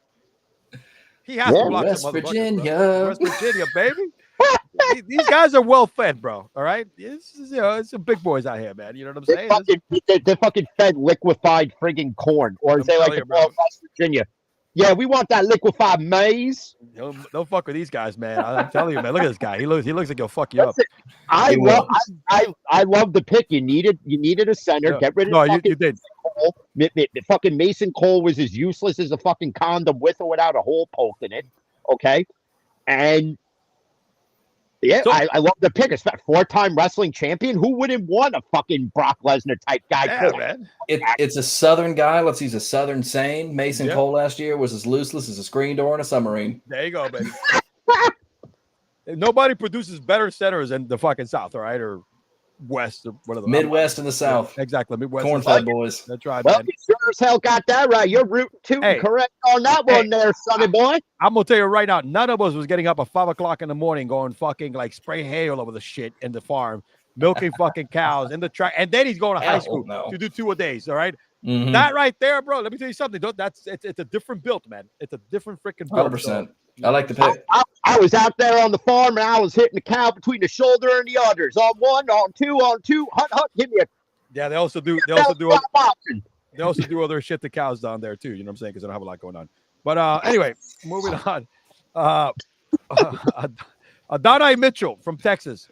Love it. Love the pick. Actually, this one I'm familiar with. Like that pick as well. This is the guy. So every fucking year, every year there is an article that comes out that means nothing that tanks a player's stock. Mm-hmm. This year it happened to be A.D. Mitchell. Talking about how when his blood sugar gets low, he's irritable and hard to coach. This is the NFL. There's going to be a trainer assigned to him every fucking day. Hey, did you take your insulin? No. Take your insulin. You didn't? Here's a PB&J. No, get your blood sugar up. They go on a film study. They're going to have a doctor and staff with insulin on check with this kid. Yes. Absolutely. Let me see. This kid's going to get tested every day. Yo, let me prick your finger. Yeah, come here. Oh, hey, bro, come here. No. You're not going on the field. No, your shit's slow. Come over here, man. I'm telling you, I put my stuff down. No, you're not. Come here. It is. I don't care. It ain't no thing like, oh, I forgot to check my shit today. No. They got it. Like you said, you're right. This is one of those guys that fell down because of a reputation that it's got to go. And you know what, dude? Going to a great scenario too. You know what I'm saying, dude? With the Colts. So Michael Porter Jr., Alec Pierce. He doesn't have to be the guy right away. Nope. He'll be fine. Dude, 4.34, 40-second, 40-yard dash. Yeah, deep ball kind of guy. Yeah. Yeah. Second year for oh my gosh, I can't remember the name of the quarterback now because Gardner Minshew blew my mind last year. Anthony Richardson. Yeah, Anthony Richardson, who the short sample size proved that he belongs. Jim, do you remember what I said last year during the draft about Richardson? What did you say? Yeah. I said Richardson has the low out of the top 4 guys that were taken to the draft last year. Richardson had, when you look at Stroud, Young, Richardson, Levis. Stroud may be the most raw prospect, but he has the highest ceiling out of any one of them. You add the athleticness, you add the mobility, you add the arm talent. If he can get that accuracy and decision-making down. Guys, it was 4 games, and his numbers are right there with CJ. Yeah. First game of the year, he was the best quarterback week 1 of the NFL out of all the rookies. You know what I'm saying? So, yeah, the potential is high. I like it. And I think they're building this right for him because the Colts are not stupid, and they shouldn't be, by saying, no, dude, we got a horse, and we need to feed this horse. And he did the right thing last year, too, by, not rushing back. Yeah, no, absolutely. Sit out, fix your shoulder, get it done correctly so we don't have to do this again. There's bonehead moves or organizations where they have a talented individual like that, and they fucking rush him in, and they were like, you know what, not man, let Gardner do his thing. That's why we got Gardner Minshew here, so you could go ahead and recover 100%, dude. There's no worry, but you got to come back next year even better. Yep. I would almost put right now at Richardson, if with the small sample size and you give him a full year, I could say it now, comeback player of the year. Okay, that's not for sure. That is a great fucking take on there. All right, let's see. We're almost catching up, guys. Sino or Sinnott? Ben Sino. I like it. Okay, Kansas State. There we go. I like it. Bad. He's versatile. He can be a fullback. He can be the tight end. Big dude. Nice hands. Early. Right. You don't pick a tight end in the second round if you don't think he's going to be productive, right? No, what you do is you pick a tight end in the first round when you picked the tight end last year. That's what you do. I mean, look at Sam Laporta, bro. What pick was Sam Laporta? Brock Bowers. I think he was a second round pick. Was he a second round pick or later? I think Laporta was later. It was later. We'll look that up some of them. I don't remember. I don't remember either. But he broke every fucking rookie receiving record for a tight end. So, but I don't think he was. Yeah. He might have been late second round or early third, something like that. And we'll look that up later. Yeah. But like this filled a need. Mm-hmm. Logan Thomas retired. Absolutely. Zach Ertz is in tight end years ancient. Absolutely. 33 is not old, but if you're a professional athlete, 33 is old. Yep. Especially in football, you took a beating already. Yeah. Yeah. Here we go. Jim's favorite team, Michael Hall Jr., bro. These guys coming for you peoples. Jim, what do you think? This guy. The Ohio State defensive tackle, Michael Hall Jr. Yeah, good for him. Ohio State is the highlight. What position does he play? Because I can't really see it because defensive tackle. Oh, good. Another guy, TJ Watt, can fucking smoke right past. He's gonna fuck him up, dude. Yeah, just like he fucked up friggin' what's his face. The other guy they took from Ohio State last year, DeJuan Jones. DeJuan Jones. Yeah, the Timu version of Michael Orr. All right, let's move on so we can catch up on here. Then we can move to the mock drafts. Patrick Pohl from Houston, outside tackle here. Hey, there we go, man. Great pick. Okay. Love him. Talented kid. Love it. He's got it all. He's got all the potential. Have no idea who the fuck this kid is. He's coming down to South Beach, bro. It's a good pick. He's going to play either left or right tackle. He's 6'8". He's 300 pounds. He's going to be fine. And he is another need that Miami actually needs in order to protect Tua, bro. Because it's year 5. Look, that Krav Maga he was taking to make sure he falls correctly is only going to work for so long. Well, you know what else? You know what else Miami needs to do? What's the Krav Maga he was actually taking? I think he was taking some special. It was jujitsu, is what it was. I didn't mean to mix up martial arts. Krav Maga is kind of like it's a judicial version of I'm gonna fuck you up with It was jujitsu or something, whatever he was taking. Some Gestapo police kind of shit, isn't it? What Miami needs to do is get fucking Tariq Hill to a doctor to get a fucking vasectomy. Yeah, he can't have more kids, bro. 10 kids with like 4 different fucking women. Come on, man. He's trying to beat Phillip Rivers. I know the money. Yeah, but Phil had it with 1. It's like no, that's fair. Yeah, and so that Fitzpatrick Rivers is a good old country boy. Fitzpatrick, they also had a shitload of kids. 1 woman though. This guy just wants to spread the seed around, so like that, something comes. Yes. He wants to repopulate. He wants to repopulate the low birth rate. You're gonna spread the seed and then spread the fucking child support around. Dude, when the money runs out, we're gonna see a 20 for 20 on the child support case. Fucking Nick Cannon, Phillip Rivers, and Tyreek Hill. Holy yeah. Which 2 are broke? It's probably gonna be the other 2 guys because the child support's gonna kill them. Well, that's why Nick Cannon's got to do 655 fucking shows, friggin' like he's friggin' like the Black Ryan Seacrest. You got to see him on everything. But the difference is Seacrest does it because he's bored. Nick Cannon has to do it to pay Mariah Carey's fucking shit. Kid, fucking Secret has no kids, bro. So it's like all the money all his. Yeah, right. And all the money Nick Cannon's got goes to Mariah Carey. Like she needs the money to fuck. Marshawn Leland. There we go. What do you guys know about this edge rusher here? Like the pick. He's actually he's one of the more underrated edges in this draft. Okay. I enjoy the pick. Okay. Like that. I hate the Cowboys, but I like the pick. Yeah, fuck the Cowboys. God damn it, Jerry. Hope he sucks. And finally, we caught up. Chris Braswell. Good pick. Very good pick. Another Alabama guy, man. Alabama very makes good really pick. good pros, man. I mean, these position players, tackles, linemen, all these kind of fucking guys have a long career, man, in the NFL. So one thing too that a lot of people don't understand is like these guys can put on weight at the pro level. Like it's not going to be that big a deal. Weight is easy. That's just proper diet, proper nutrition, proper workout regimen. These guys will put on weight. So like people are like, he's too light. Like, okay, fine. We'll put on 10, 15 pounds. It'll be all right. And if you got to look at this guy right here, man, he some people just know. I was gonna play the clip, but of course, gonna do a fucking commercial. I'm not gonna do that. No, I know the kid. He's good. All right, so we caught up right now, guys. We could kind of take a break here from the live reaction because I put in the fucking show notes that we're gonna do live reaction in the second round. It's semi-live. The Braswell one just happened. We're all right. Yeah, we'll go back to some recaps in life on this one. Look, I even got a little banner to show. Peek is in. Oh, here we go. There you go. See that shit? It's gonna hide my face, but it's all good.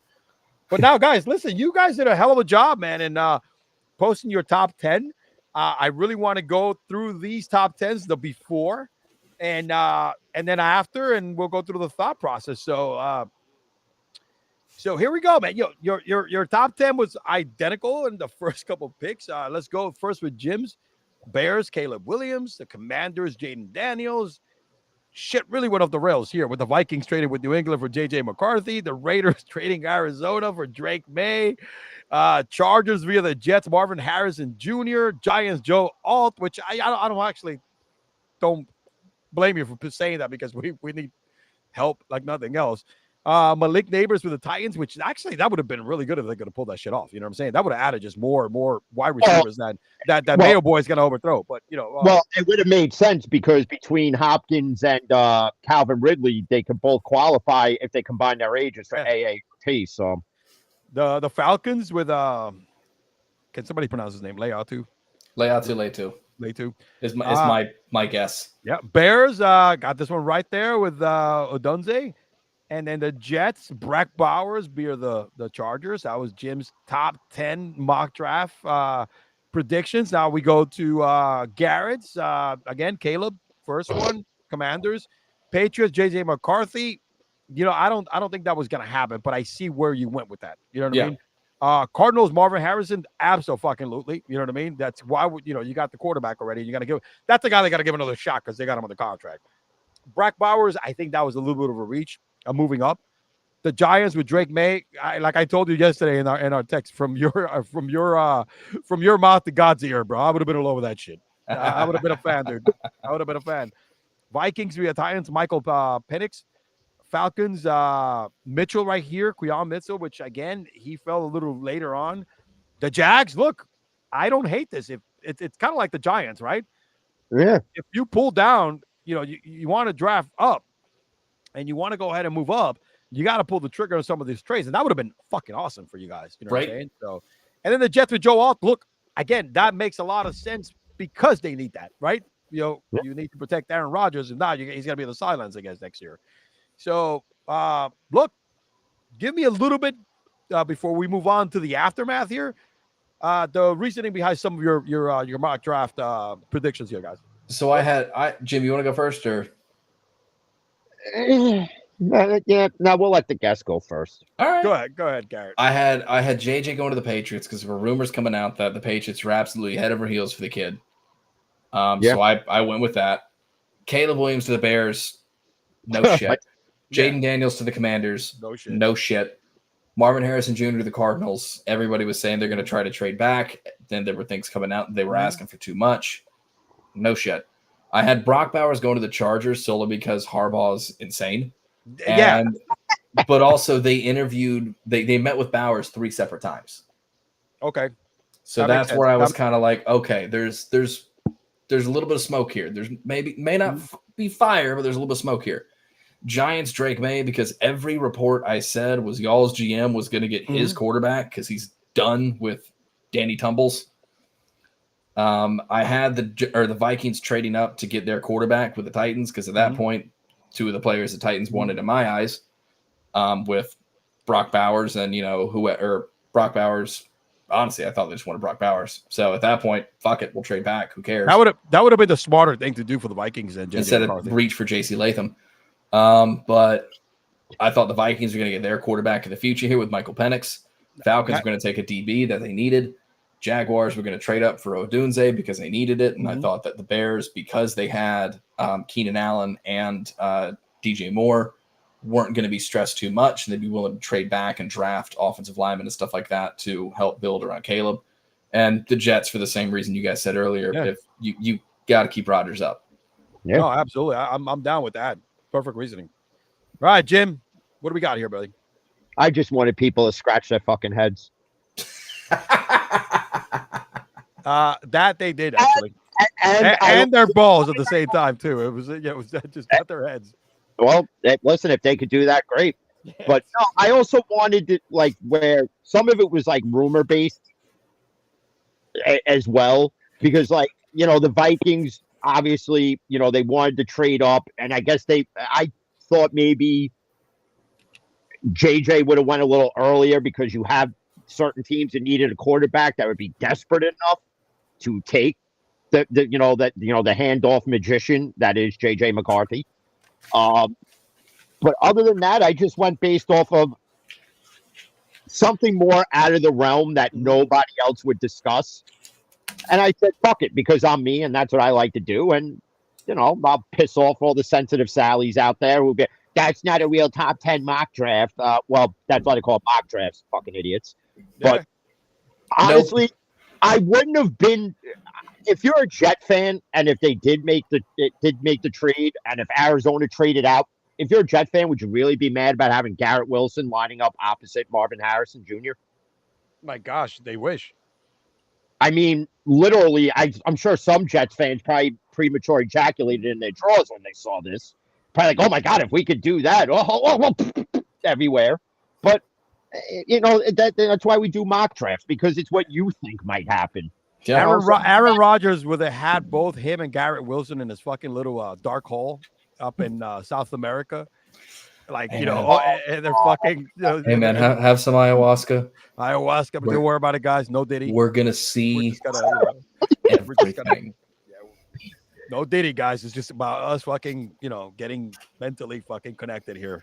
Let's get some weird tattoos on our forearms. Yeah. And when we walk out, the fucking snow is just going to fall over the fucking place, and we're going to be all right. It's one of those things that it worked for me and Devontae Adams, when we used to do it together. You know what I mean? We had great years. It's like, all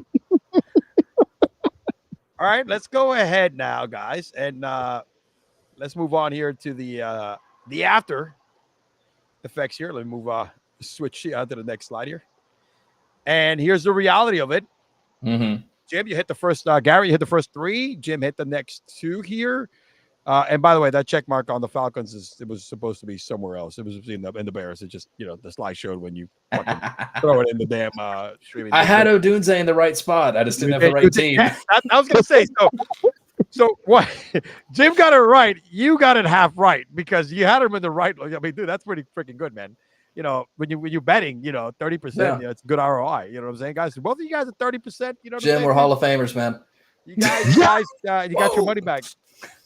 Yes. Let's talk about. Dad, I would be a Hall of Famer, Dad. I fucking told you.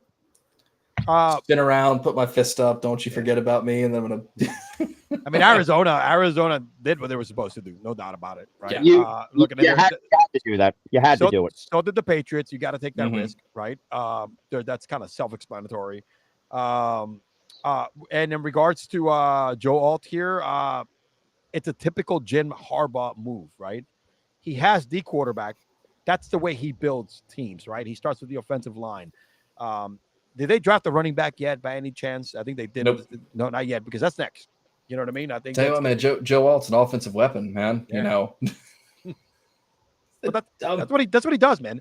If you notice, that's what he does. That's what he does. He likes that's the way he thinks. He's like, I'm gonna draft linemen here to fucking protect my quarterback.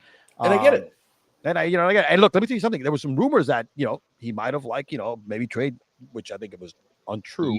But the people that were saying that, Herbert is in the market. I'm like, get the fuck out of here. There's no way. No way. No way. The only way I would have seen that happening is if somehow he knew they could get his quarterback from Michigan to LA. Is the only way that would have happened. But you have too much money invested in Justin Herbert now. Dude, I'm gonna tell you right now, he was not going to drop JJ McCarthy. Fuck no. He is like, listen, man, I'm doing the kid a favor because he won me a national championship. Finally. That's it. And let me rephrase that. He was part of the reason why we won a national championship. He didn't win it on his own. But, typical Jim Harbaugh thing to do. Let's go to the Giants. Again, we draft the best available player if we did not score one of the top 3 QBs because we weren't able to pull the trade and move down. I'm okay with that. That's shit, man. After Marvin Harrison, this guy, Marvin and Neighbors are 2 guys that interchangeable. You know what I mean? Oh, dude, they're 1A and 1B. It was a good exactly. And you know what? He's got to give Daniel Jones the guy that can finally go out there and make some fucking crazy catches. You know what I mean? Hopefully, Daniel Jones can get the ball to him. What do you think of John? You also need Evan Neal to protect the other side too. Exactly. So. Well, Evan Neal too busy with his Foreman grill flipping burgers. So. Gave up the most sacks since the 2002 Houston Texans. That's a great record to have, dude. You know what I mean? Shit. Y'all almost broke 100. Yeah, y'all were going for it. You really were. We did. What do you think of Jason Latham here with the Titans? Reach. Right? I agree with you guys. Reach, but also for a good reason. Because think about who they're playing. Look at our defensive line. Trayvon Walker, Eric Armstead, Josh Allen.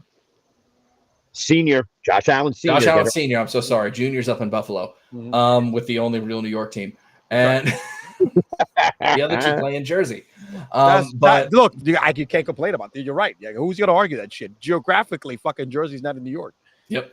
But it was that's not a tangent I'm going down. We've done enough of those tonight. But it made sense. Like, I see what they're doing. You look at our defensive line, you look at the Texans defensive line. Colts defensive line is no slouch either. And you have to protect Mr. Mayonnaise. You know, I'm the mayonnaise in my coffee drinking, whole banana eating, steroid looking son of a bitch. And I'm having a hard time holding this terrible run game down. He fits the wrestler persona, no doubt about it. He does. And like, you had to. You absolutely had to. At the time, he was the best tackle available. They overpaid for wide receivers, so guess what? They absolutely did. They absolutely did. With DeAndre and Calvin Ridley, they overpaid, so they cannot draft those wide receivers. So yeah, no. And I was joking about it with one of the guys I talked to, who's he's a Titans fan, and I was like, dude, your wide receiver 1 and 2 are old enough to collect a pension. Yeah, Ridley's what 30? Yeah, he's 30. 30, yeah. He's 30. 30. Yeah. And then what was it?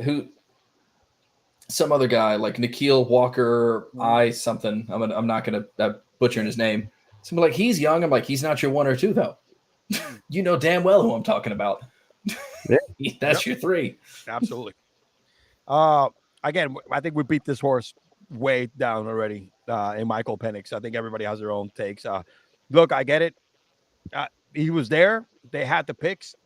It's one of those things that I think they're definitely banking on the Jordan Love effect. Sitting behind a good veteran for 3 years. Yeah. Right. So when I went to bed last night, I kind of brew over a little bit more. And I say, hey, it's a 50-50 kind of makes kind of sense kind of shit. It's good and bad in a way for both people involved. Like, as far as Kirk Cousins and Michael Penix Jr. Because let's say Kirk Cousins can't start the season. Like, let's just say there's a setback in his rehab. You got to trap Penix Jr. out there. And he keeps you afloat, and he keeps you, say, a game or two above 500 till Cousins comes back. But what if Penix Jr., and this is the bad part for Kirk Cousins, what if he lights it up so much that, let's just hypothetically say, Atlanta's 5-0. Granted, it's not going to happen, but let's just say it happens. How do you walk away from that and then put Kirk Cousins in? You can't. No. You go with a hot hand. With an untradeable quarterback, you're gonna have to do it because of that. That's why. Money.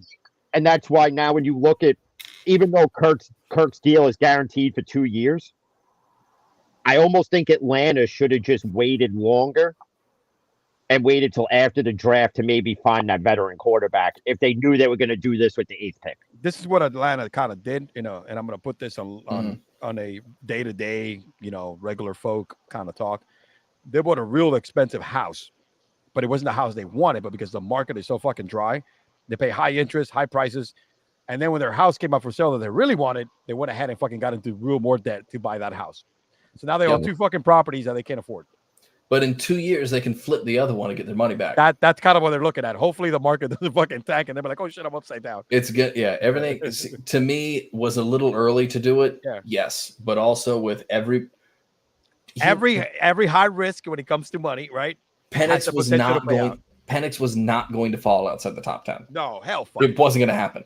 So if this is your guy, because it ain't Bo Nix, no, it's not Spencer Rattler, it's not any of the other quarterbacks in this class. If Michael Penix is your guy and he is there at 8 and he will not be there at 9 or 10, you have to take him now. It's a shit situation. Yep. But now you're set for the future. In a different draft, the Giants would have picked one of these 2 guys in the second round or 100%. Late in the first round, right? It's just, again, drafting is like supply and demand, bro. It's whatever right now. It's hot and what needs to fit the need. And this the quarterbacks was like, holy shit! This year you were like, there's a lot of like you said, Garrett, early on. There's two of them that, and you even the top quarterbacks also fail. But there's two of them for sure that they're gonna hit. The rest of them, it remains to be seen, and it all depends on where they land, what system they're in. I mean, it's like anything else, man. Remember, you drafted Patrick Mahomes, what, the 10th pick or some shit like that? You know what I mean? And he's 15. 15. Yeah, exactly. So it's like, look, that's kind of like what this game is, man. If the guy falls in the right scenario, you could have yourself a Hall of Fame quarterback. That's going to lead you to, shitload of Super Bowls. Yeah. So it's, I guess after stewing it over, it does make some sense. It makes sense, but it was a little early, but they had their hands tied. I understand the reasoning. Was it the best pick? No. Because that wasn't an immediate need for you. You had 2 years to find that. However, if you truly believe this is the fucking guy, you do it. You pull the trigger. And they were in position to do that shit. Yep. Because I'm not mad at it. And now he can sit for 2 years or 4 years based on what Fontenot is saying. Yeah. He can sit for 4 years and be fine. They're not worried about it. Have they taken any secondary players? I didn't really go through that list, and I don't think they have, because I know that's a need that they had. So it's they took a defensive tackle. I know, which I like to pick, and they haven't picked yet. Third round's going to start soon. The Niners just traded with the Chiefs. Let's go, baby! The fucking Chiefs they just fucking do things the right way, man. And the Niners. So it's just, and we got to go back to this a little bit. Odunze, I think everybody agrees that absolutely great pick, right? Absolutely. I mean, we knew this. The Bears were not hiding anything. They were not gonna throw a fucking flipperoo or a flea flicker. They were like, "Listen, dude, Caleb." And then with our pick, we gotta pick another wide receiver because we're gonna go all in. This is like I'm in Vegas, baby. I made the final table, dude. I am gonna go play with house money right now. Yeah. I expected to walk out here with nothing. We're going. You also had to take him there because, let's be honest, Keenan Allen don't really play full seasons. That's true. So he's great for 9 games. Mm-hmm. But hey, he'll be a Hall of Famer because he plays 9 games. I mean, in those 9 games, he fucking sets the world on fire. I never seen anything like that. Somebody that plays not that many games, but how many 200-yard games he's got to have in his career? I mean, he has like multiple games in one season with 200 yards. That's what Keenan Allen does. You know what I mean, dude? He's a good dude. Like, what do you guys think of the JJ McCarthy for the Vikings? It's a reach. He's in a situation where he can really succeed, but I don't see it happening. To me, as a guy who knows nothing about grading players or picks or anything at all, I saw JJ as a day 2 guy, mid-second, early third. Like I don't see it. He's a game manager. He doesn't turn the ball over, which is smart. And you want that in your quarterback, but also he's just, I might be blind, but I don't fucking see it. Dude. And my Giants would have picked him in the second round. I would have said, dude, we had a great couple rounds. Yeah. I might be blind, but I don't fucking see it. We've had a great couple rounds, man. We got Neighbors in the first round. We got JJ in the second round. And guess what? We got a guy there that can eventually fall into something, right? Learn the system, give Brian Dable another shot, all that kind of shit. But he's not a first round guy, man. You know what I mean? So he's small. When Daniel fucks up, So and the thing is that he was probably going to be the third quarterback, right? Because Drew Luck was probably going to start before him, just to get this, because he was going to be a development plan, right? If we would have drafted him in the second round, that's kind of like what you look at. So it is what it is. But guys, listen, overall, man, you guys did okay, man. I mean, there was a lot of crazy shit that you guys had the right idea why, based on your list here. Can't be mad at that. But hey, it's the NFL, man. It's the NFL, man. I mean, look, nobody, even these guys who get paid a lot of money to see if they get it right or not, get it wrong. So, who the fuck are we? Mel Kiper still got a job after years. That's true, man. That is absolutely true, man. That's 100% right. So far, your teams, Garrett, honestly, non-biased, what score you give your team based on their couple of picks for the first couple of rounds right now? On a scale of 1 to 10? Yeah, 1 to 10. If we go 10 being the best score, of course. If we go defensive back in the third round, I'll give us like a strong 7. Okay. A strong 7. Can't be mad at that. Can't be mad at that. Jim, you guys didn't have a lot to work. You didn't have a lot to work with anyway, but you Yeah. got a center, which you needed.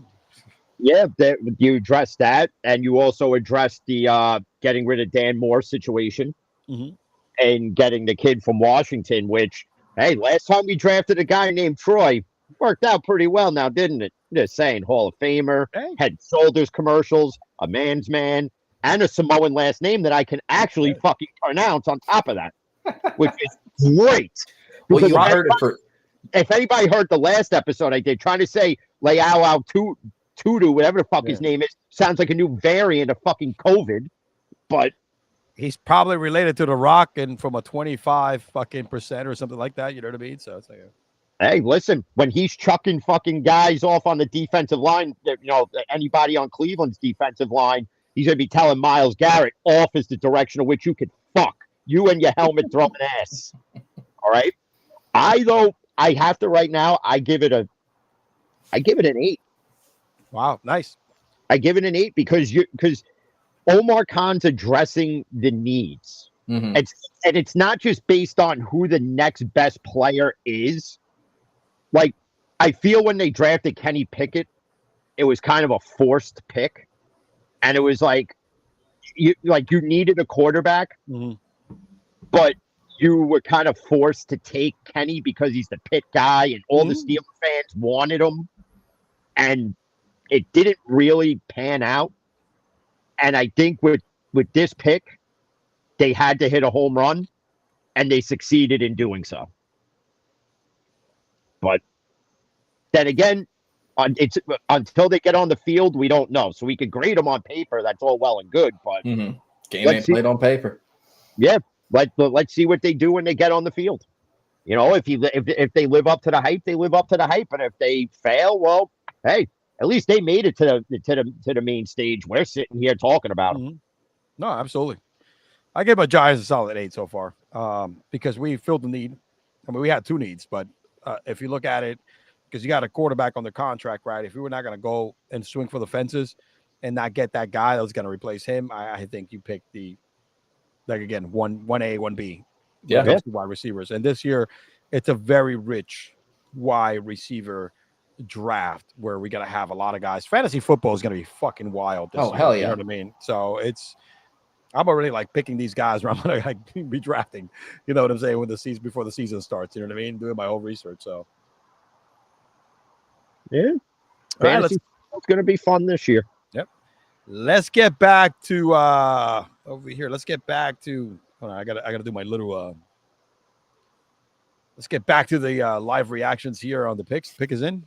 Here you go, guys. Pick is in. I gotta use that fucking thing. You know let's go. I made it. Damn it! I'm gonna use it. I'm gonna damn use it, man. Let's go back. Let's go back to let me maximize here the screen here. Hold on. Here you go. Let's get back here to this tab here. And where did we leave off? We left off at Braswell. So we're the Packers pick now. There we go. Packers pick safety for Georgia. At this point, they are just adding pieces to get that defense better because you already know what you got on offense, right? So I think this is actually a good pick. What do you think? I don't hate it at all. It's a good pick. It was needed. Pick. Yep, yeah, absolutely. Because they lost Darnell Savage because he's in the Jaguars now. So they needed this fills a void. Good pick. This is a very good pick. Actually, good avoid Phil. Blake Fisher. Good pick. Good pick. You need an outside tackle, bro. You need to protect that. You need to protect CJ Stroud, and you got to create some running opportunities here. Cole Bishop, safety. Didn't the Bills lose a couple safeties? They did. Yeah. Good pick. They did. Good pick. Fills a hole. Cole Bishop's a good player. I'm not mad about it. But then again, who didn't the Bills lose? Yeah, this guy. Yeah, I mean, I know is he a little bit of a switchblade kind of, interchangeable kind of guy. 100%. You know little Swiss Army knife type guy. Yeah. The poverty franchise is the Bills. Exactly. Yeah, that again. I don't know what the fuck they did trading. No, I have no idea. That's crazy, dude. That's nuts. And the Niners just traded with the fucking Chiefs too. And you'll see it in a second when it comes back up. For those who are wondering why, for watching live, or wondering why I'm looking down to my right as I have my phone down here with the draft playing, And I'm in a Jaguars group chat and watch everybody lose their fucking minds. It's like the Chiefs and the Niners want to face each other again in the Super Bowl for a second consecutive year. Eaner's Rakestraw here from Missouri. Great fucking pick. Yeah, great pick. Good pick, right? Really good pick. I like. He's a great corner. He's got great coverage skills. Again, I respect it. The rich get richer.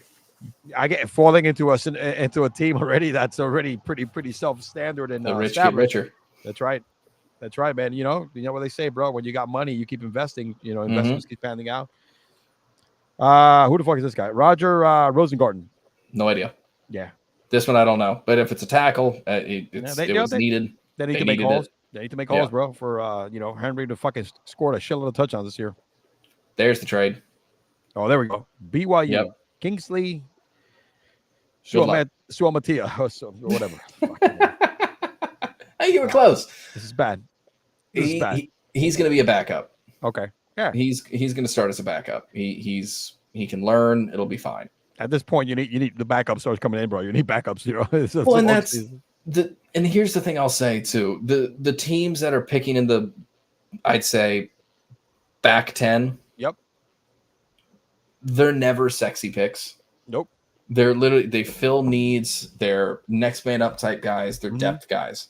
It's these guys who realized, like it happened last year with the Jaguars and Anton Harrison. We lost Jawan Taylor. Okay. Needed a right tackle. That was our biggest need, really, in that draft. That's what we took. People are like, oh, you took a lineman. He goes, yeah, because we needed it. It's not a sexy pick, but it fucking worked. And we're still in the second round here, if I'm not mistaken, right? 31st pick of the second round. Third pick, I think. Your third round just started, I think. Okay.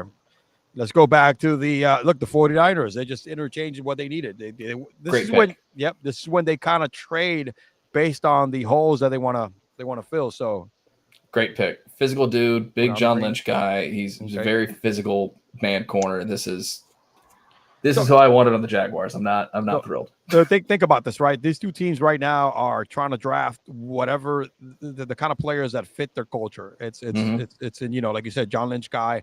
This is the guy that probably fits the culture in Kansas City, and probably what the coaching staff is like. Yo, this is what we need right here. So it's Renardo Green. Yeah, man. I think that's it. This is the second round, last pick of the second round, gentlemen. Not bad. We can react to the third live because it's just about to happen. Yeah, man. Let's go ahead and before we do that, what's best available here, guys? I like to click on ESPN here now, but we got. What do you think of this guy here, Junior Colson? He's available here. I don't know enough about him. No, me neither. Fine tool player. He's got all the capabilities in the world. Never fucking heard of him. I love TJ Tampa. I love Peyton Wilson. Dude, what about Trey Benson? Also still available as running back, Florida State. I'm not shocked. Yeah, with how do I put this? Good running backs are a dime a dozen. Great running backs are hard to find. Yes, sir. And this year they're not a plethora of running backs that you'd be like, oh shit. Can we all agree Blake Corum is going to the Chargers in round 4? Yeah, Blake Corum. Wow. Yeah, yes, I think we all. Yes. Jim Harbaugh's going to get his running back. Yes. He's going to get him. And I wouldn't be surprised if he goes, we got to trade up and get him. He might. Cooper Bebe, I like. Yep. No relation to Mark Beebe, like whatever, the Beebe family? No idea. No. Brendan Rice, I like. I was going to say Brendan Rice. Yeah, I'm familiar with Brendan Rice. Brendan Rice I like, and Cam Hart I like too. TJ Tampa and Cam Hart I would be thrilled if they fell to the Jags. I would be thrilled if Brendan Rice falls to the Steelers. I'm just saying, because God knows we need another wide receiver. Mm-hmm. One who gives a shit. Best available is like 4 players here that fell late, and that's whoever kind of eventually lands him. It's going to be one of those things that he fits in the right scenario, and we might see what's going on. Let me see here. So let's go to round 3 here. I think we live here on round 3. Yep. On the clock is Arizona. Yep. Pick is in. Pick is in, bro. Here we go. Malachi Corley. Great pick. Okay. Great pick. I like Malachi Corley. He is one of the guys I had an eye on in this class. Underrated receiver, super productive. He's out of a smaller school, but he consistently produced. Hollywood Brown is gone. You pick your stud in Marvin Harrison Jr. You got this is the Jets. Oh, let me see. Jets traded up for it. Okay, that's right. It was a trade. Okay, you got it. Yeah, you know what? Hey, you got to give Aaron Rodgers. I mean, you got to replace all those bums, like McCole Hardman and everybody else fucking they got last year. And, God, Hardman, what a fucking chooch McGee. Well, speak of Trey Benson. Yeah, do you think Washington puts the trigger here? No, I know Arizona does because it just happened. Okay.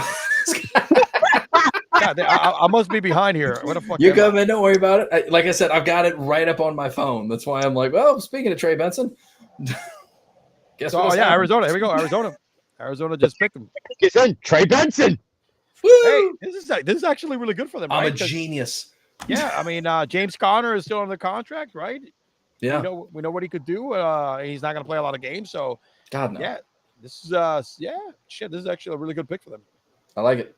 Arizona is just one of those effing teams, guys, that we just don't know right now. With Kyler Murray again, he's your guy, but Tyler Murray.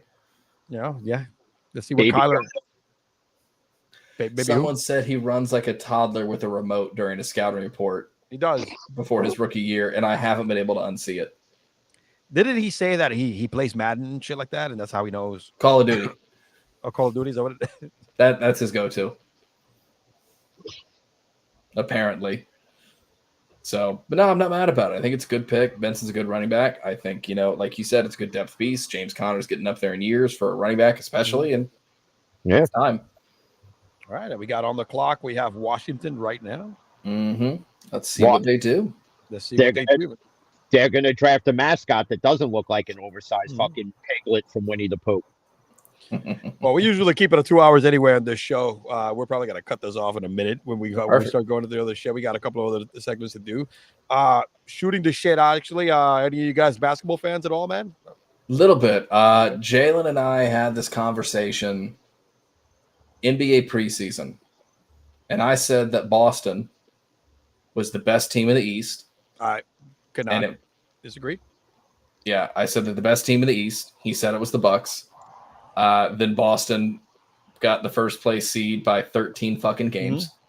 Mm-hmm. Dude, my Knicks finished second. That just says it all. I mean, a great year for the Knicks. You know what I mean? But 13 fucking game lead. Like I was talking about it. Him and I were talking about it because he's, man, I'm worried they let up on the gas again. I'm like, yeah, they let up on the gas towards the end of the season. Do you know why? Because they've been in since fucking February. They it's like they've been in for 2 months. All-Star break hit. After the All-Star break came and gone, they had everything under control in that division. It was who's going to play for second. And again, with the shit show and coaching with the Bucks, you know what I mean, dude? You knew that was not a stable environment right now. So. No. Hold on. Garrett, you got to do it. You know what I'm talking about. You got to do it. You got to do the doc. It's not Ben's fault. No. It's not Ben's fault. Ben works really hard. He's a good player. He's a great position piece. It's not his fault.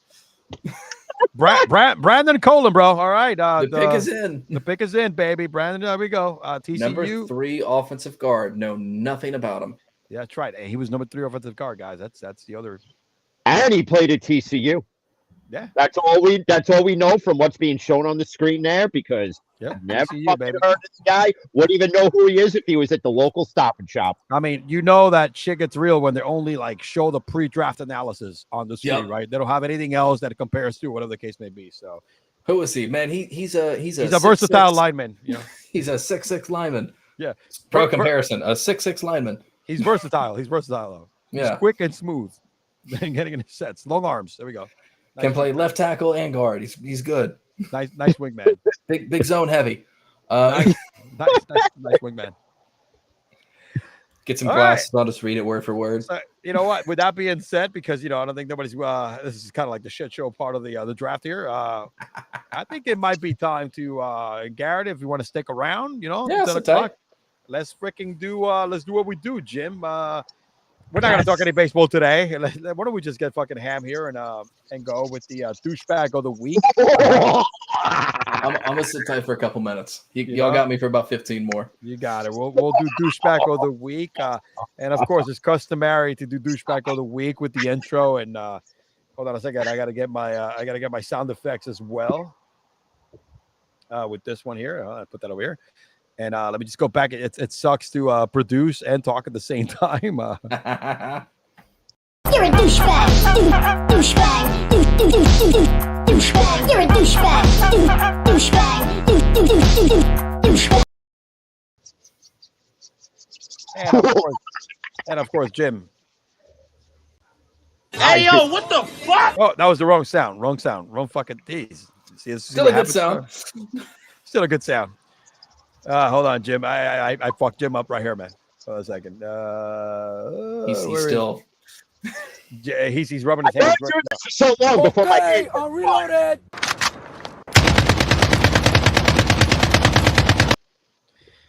Jim, who do we got for douchebag of the week? As I pull up the slide here. It's please. Gonna be baseball oriented here because it's just that time of year. Yeah. We got some assholes. We got some assholes here, and we got our umpire. Jim has to pick on the umpire because he's a fucking complete moron. Yeah.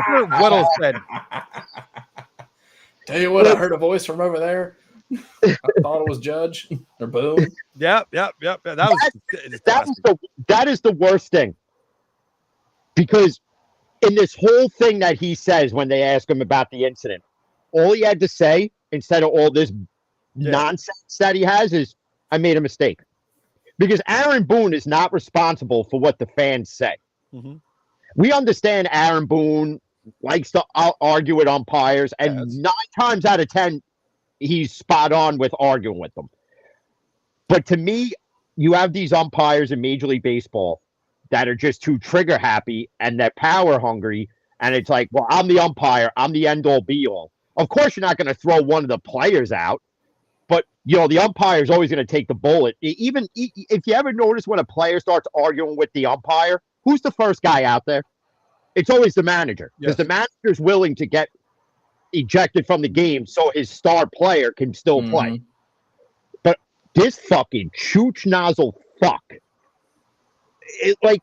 And then to sit there and say, I don't care, friggin' whatever he said, whatever was caught on the hot mic, sitting there saying, well, I don't care, you're out of here.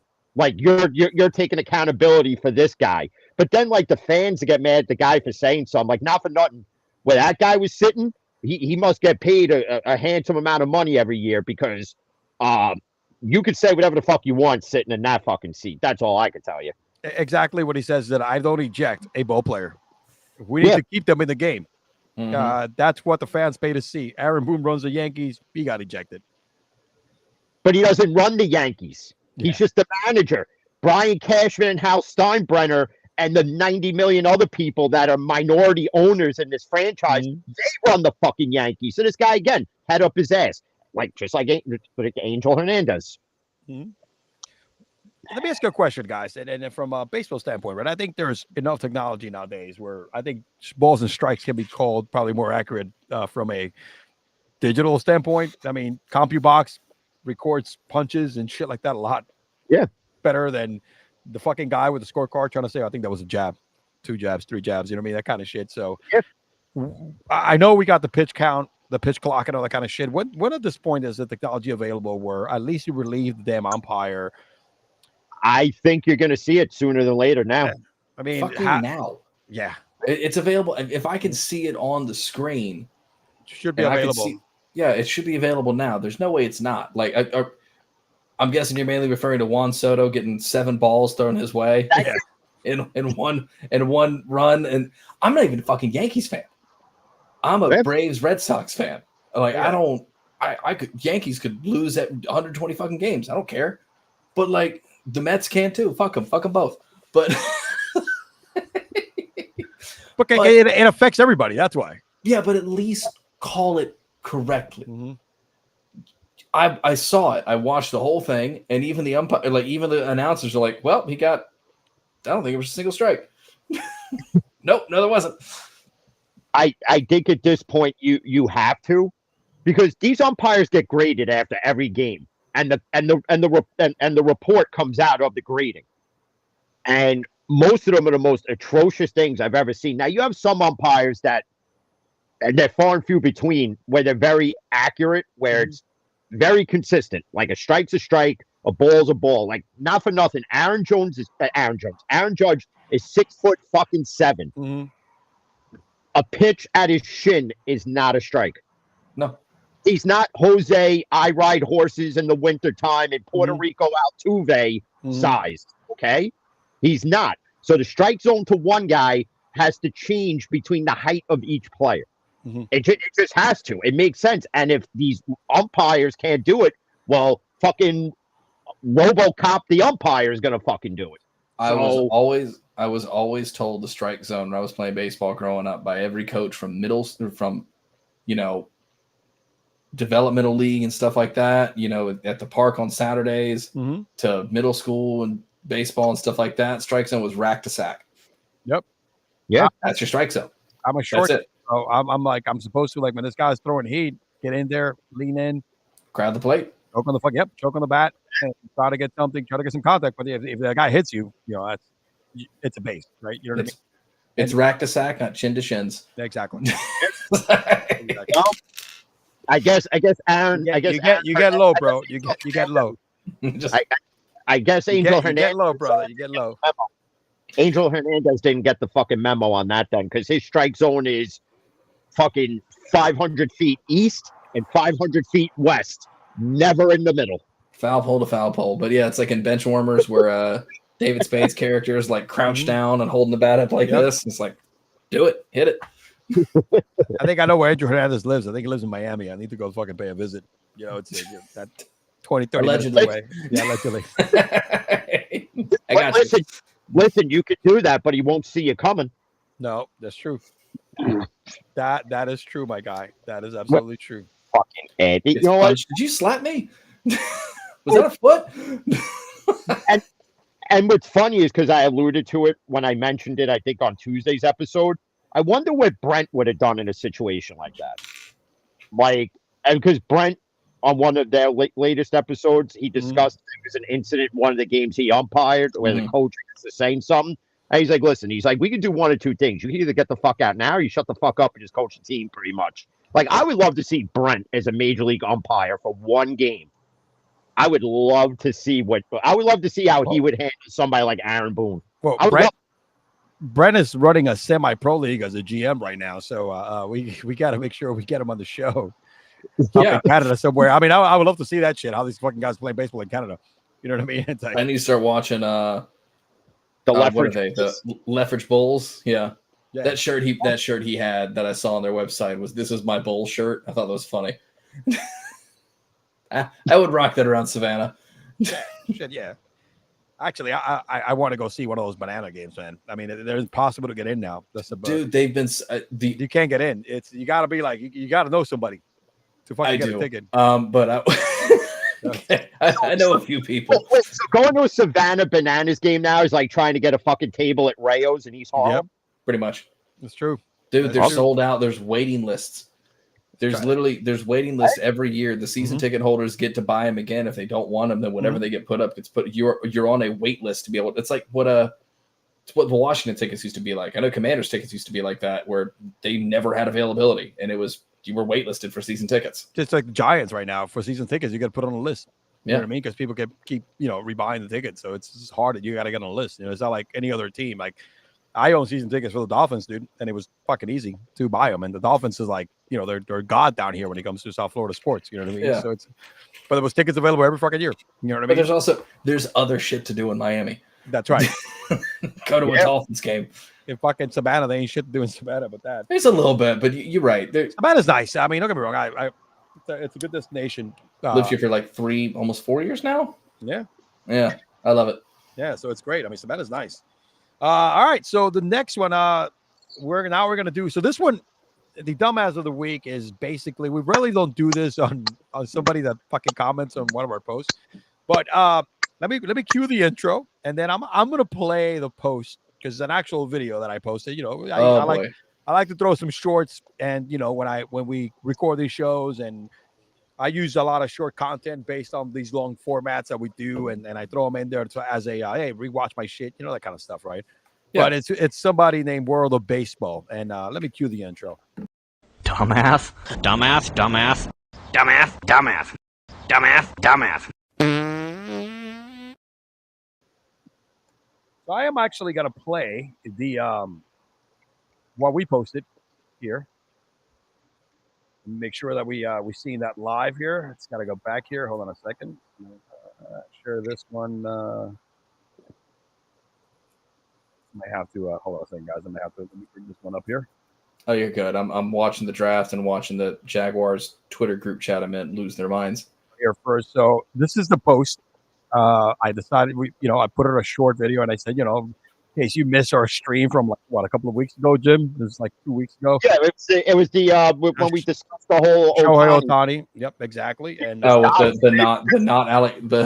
with the quickest investigation in sports history. Exactly. And here, let me go ahead and hold on a second.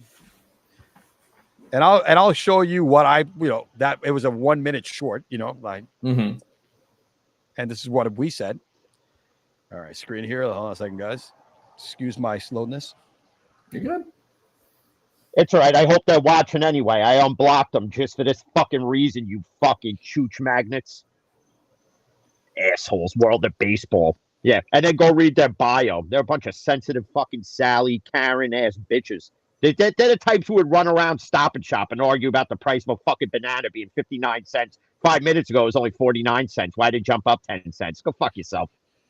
And I'm going to tell you why we call him the dumbass of the week. So this is the video that I posted, with Sharon and stuff. Oh, fuck. Stretch the feet out.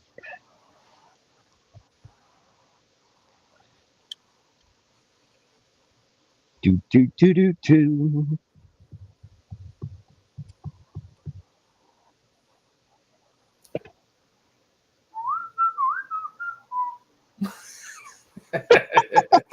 only to the first couple seconds so we don't get copyright strike.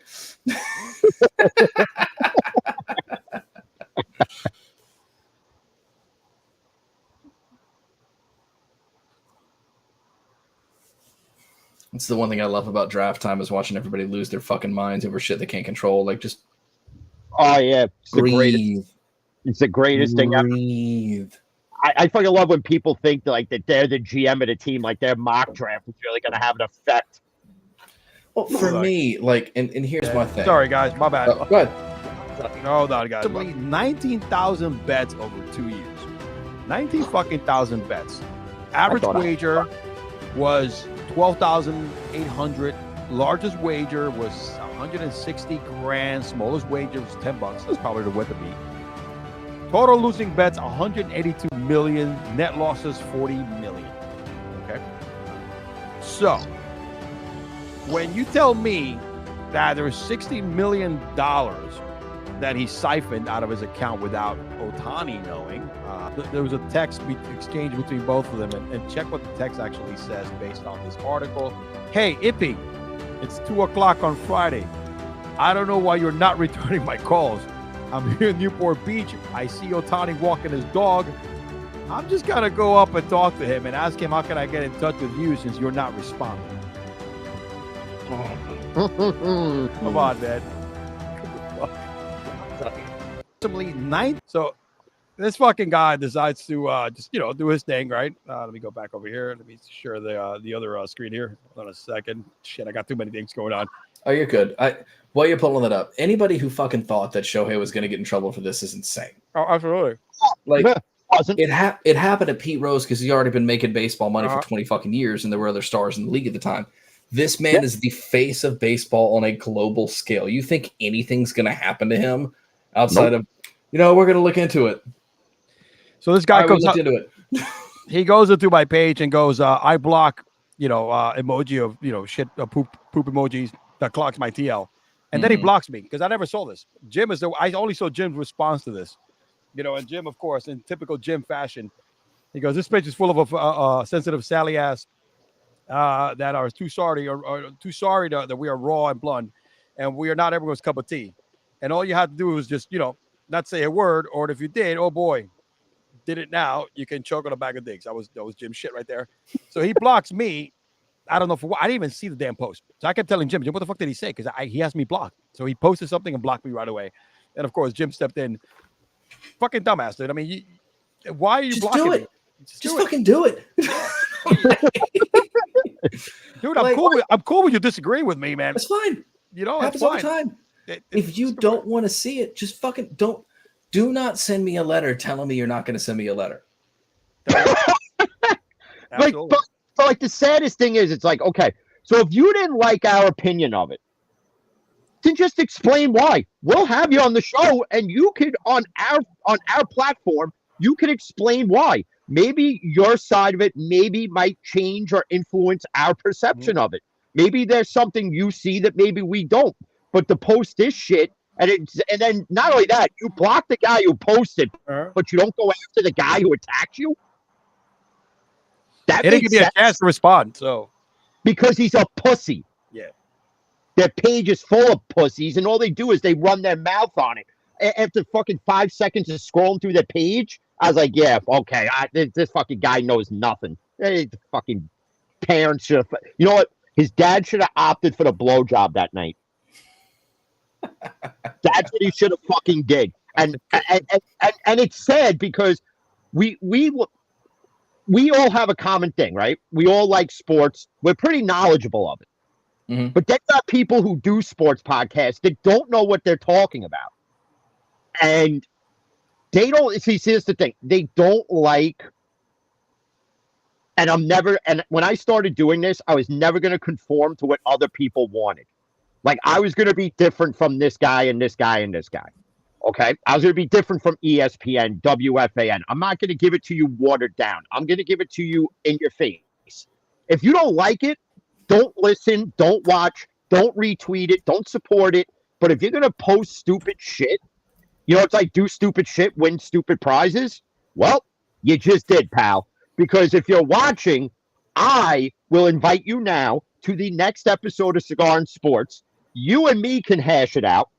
And, let's see how that goes. Let's see how you would like to be verbally eviscerated by yours truly. Because if you met me in the street, I'd physically fucking beat the shit out of you. And not that it should get to that. But it's just one of those, you don't have to agree. Like there's things, like even like when Brett and Dave do an episode and Dave says something. I may not agree with it, but I see his point of view. Garrett could say something. I may not agree with it, but I see his point of view. I'm not going to sit there and go, oh, you're a fucking idiot for saying that. Mm-hmm. Like there's just, it's one of those, it's like, if you don't like what we're saying, just turn it off. Don't come into the message boxes. Don't do this shit. Don't be this asshole. If you don't like it, then don't support it. But you doing this means you took the time to watch. Jim, so on that side of it, I thank you for watching it. And listen, like we say at the end of Steel and Teal, you took the time to listen, but we can't give you time back to you. And like we always say too, treat it like a fucking bad date. It's not me, it's you. It's not you, it's me. Whatever. This was a blind date, didn't work out. It's not you, it's me. It's not me, it's you. Don't send fucking. This is dumb. This is dumb. Like it. The amount of I don't block a lot of people on Twitter. They're mostly bots. Yeah. But like me too. Every now there's a couple people, but there's like 4. But for them, like I didn't go, hey. By the way, I'm about to block your ass. Like, just do it. Do it. I'm like you. I block content I don't want to see from my page, which, like you said, bots, some other shit that I don't want my page to be filtered through, right? Because I like to keep it mainly sports. So I'll block some of that kind of shit. But I never go and post something and then block you. That's where the stupidity is. Give me a chance to respond to you. Like you're gonna pre-warn somebody before you like do something. Friggin' this guy's as stupid as the Chiefs, that fucking Chiefs fan that robbed all the banks in the same shit. He went to rob the banks and then went to the Chiefs game wearing the same shit. Like, you're an idiot. It's funny.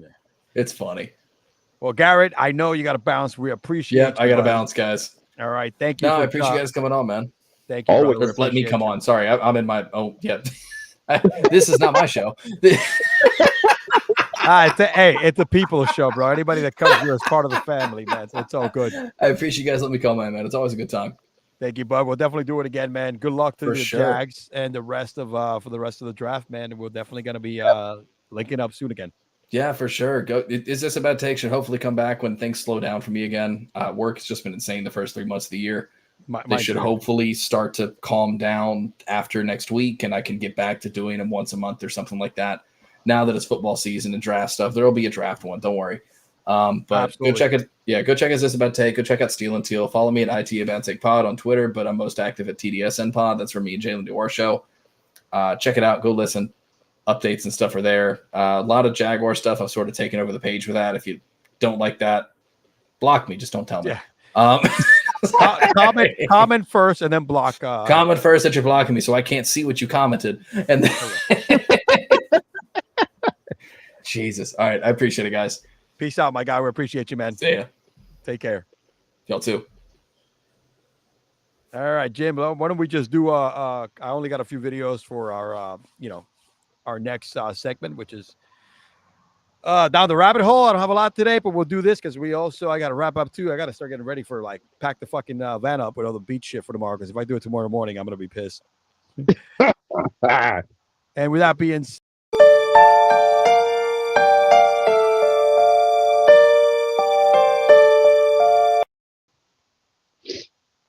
got a couple of videos here, Jim. We're gonna react real quick too, so we can slam this out, baby. Shout out to the draft. It was a good episode. Let me see here. Let's go ahead and do I have any more shit open here? That's the problem. I gotta dump down the screens here. There's a lot of shit that we were sharing today, man. We're being live on the draft. So here you go. Let's go back to my TikTok page. Oops, hold on a second. Speaking of TikTok, like I showed you the whole thing they sent me because I shared the video that you put up and the bullshit reasons they put in that. But then like you want to flag that video, but then like the next video is like a skit of something where everything's like fuck shit, cock, come, like whatever the fuck. Like, you know what, TikTok? Listen, either our policies or fucking don't at this fucking point. Don't further fucking irate me. I'm already irate as it is. Just fucking stop with your bullshit. All right. The good thing is, I told you challenged that part of it, the quality of the video and shit, and then they just let you on. I think I won it, but I didn't see anything. You won it. Your video's up there. I checked it out. All right, man. I got about 4 videos. Fuck you, TikTok. Fan in the van always wins. Here we go, man. I got a lot of my guy today, man. You owe us taxes. How much do I owe? Hold on. You just pay what I want? No, we know exactly how much you owe, but you have to guess the number too. But what if I guess wrong? Oh, what the fuck happened here? You owe us Hold on, taxes. dude. I don't know why I'm getting some weird ass fucking message here. You get to figure that out. Can I just pay what I want? Oh, this is not. No, we know exactly how much you owe, but you have to guess the number too. But what if I guess wrong? For some reason, I cannot get out of this shit. Here you go, man. Oh boy, yeah, it's Hold on. He hacked you. He found you on TikTok and he fucking hacked you. World of Baseball. You fucking chooch. You asshole. That's fucking segment, asshole. That's what it did. We're gonna have to go. We'll wrap it up, man. It's not gonna. Everybody's going after us, but it was a great show, man. Look, we'll be back again. Our next show, it's going to be a little tentative. I am actually leaving for Vegas next Sunday. I'm going to be there pretty much all week, man. I don't get back until like Thursday. Red eye. Friday is up for Grags. Friday, I think it'll be this the following week, 9th, 10th, whatever. We might even do that Friday or maybe Saturday. It depends how, I'm going to be so jet lagged. But again, man, hey, Jim, another good show. We brought some heat, man. I think we covered the NFL probably a little more exciting than most people do anyway. And these drafts, it was kind of nice doing it live too. Yeah, with Garrett. Definitely. And if you didn't like any of our NFL draft takes, got 2 words for you: suck it. There you go. Your boy E-Man from the Average Joe Sports Talk podcast, and as always, bringing the heat with my guy Jim from the Fan in the Van podcast. Peace.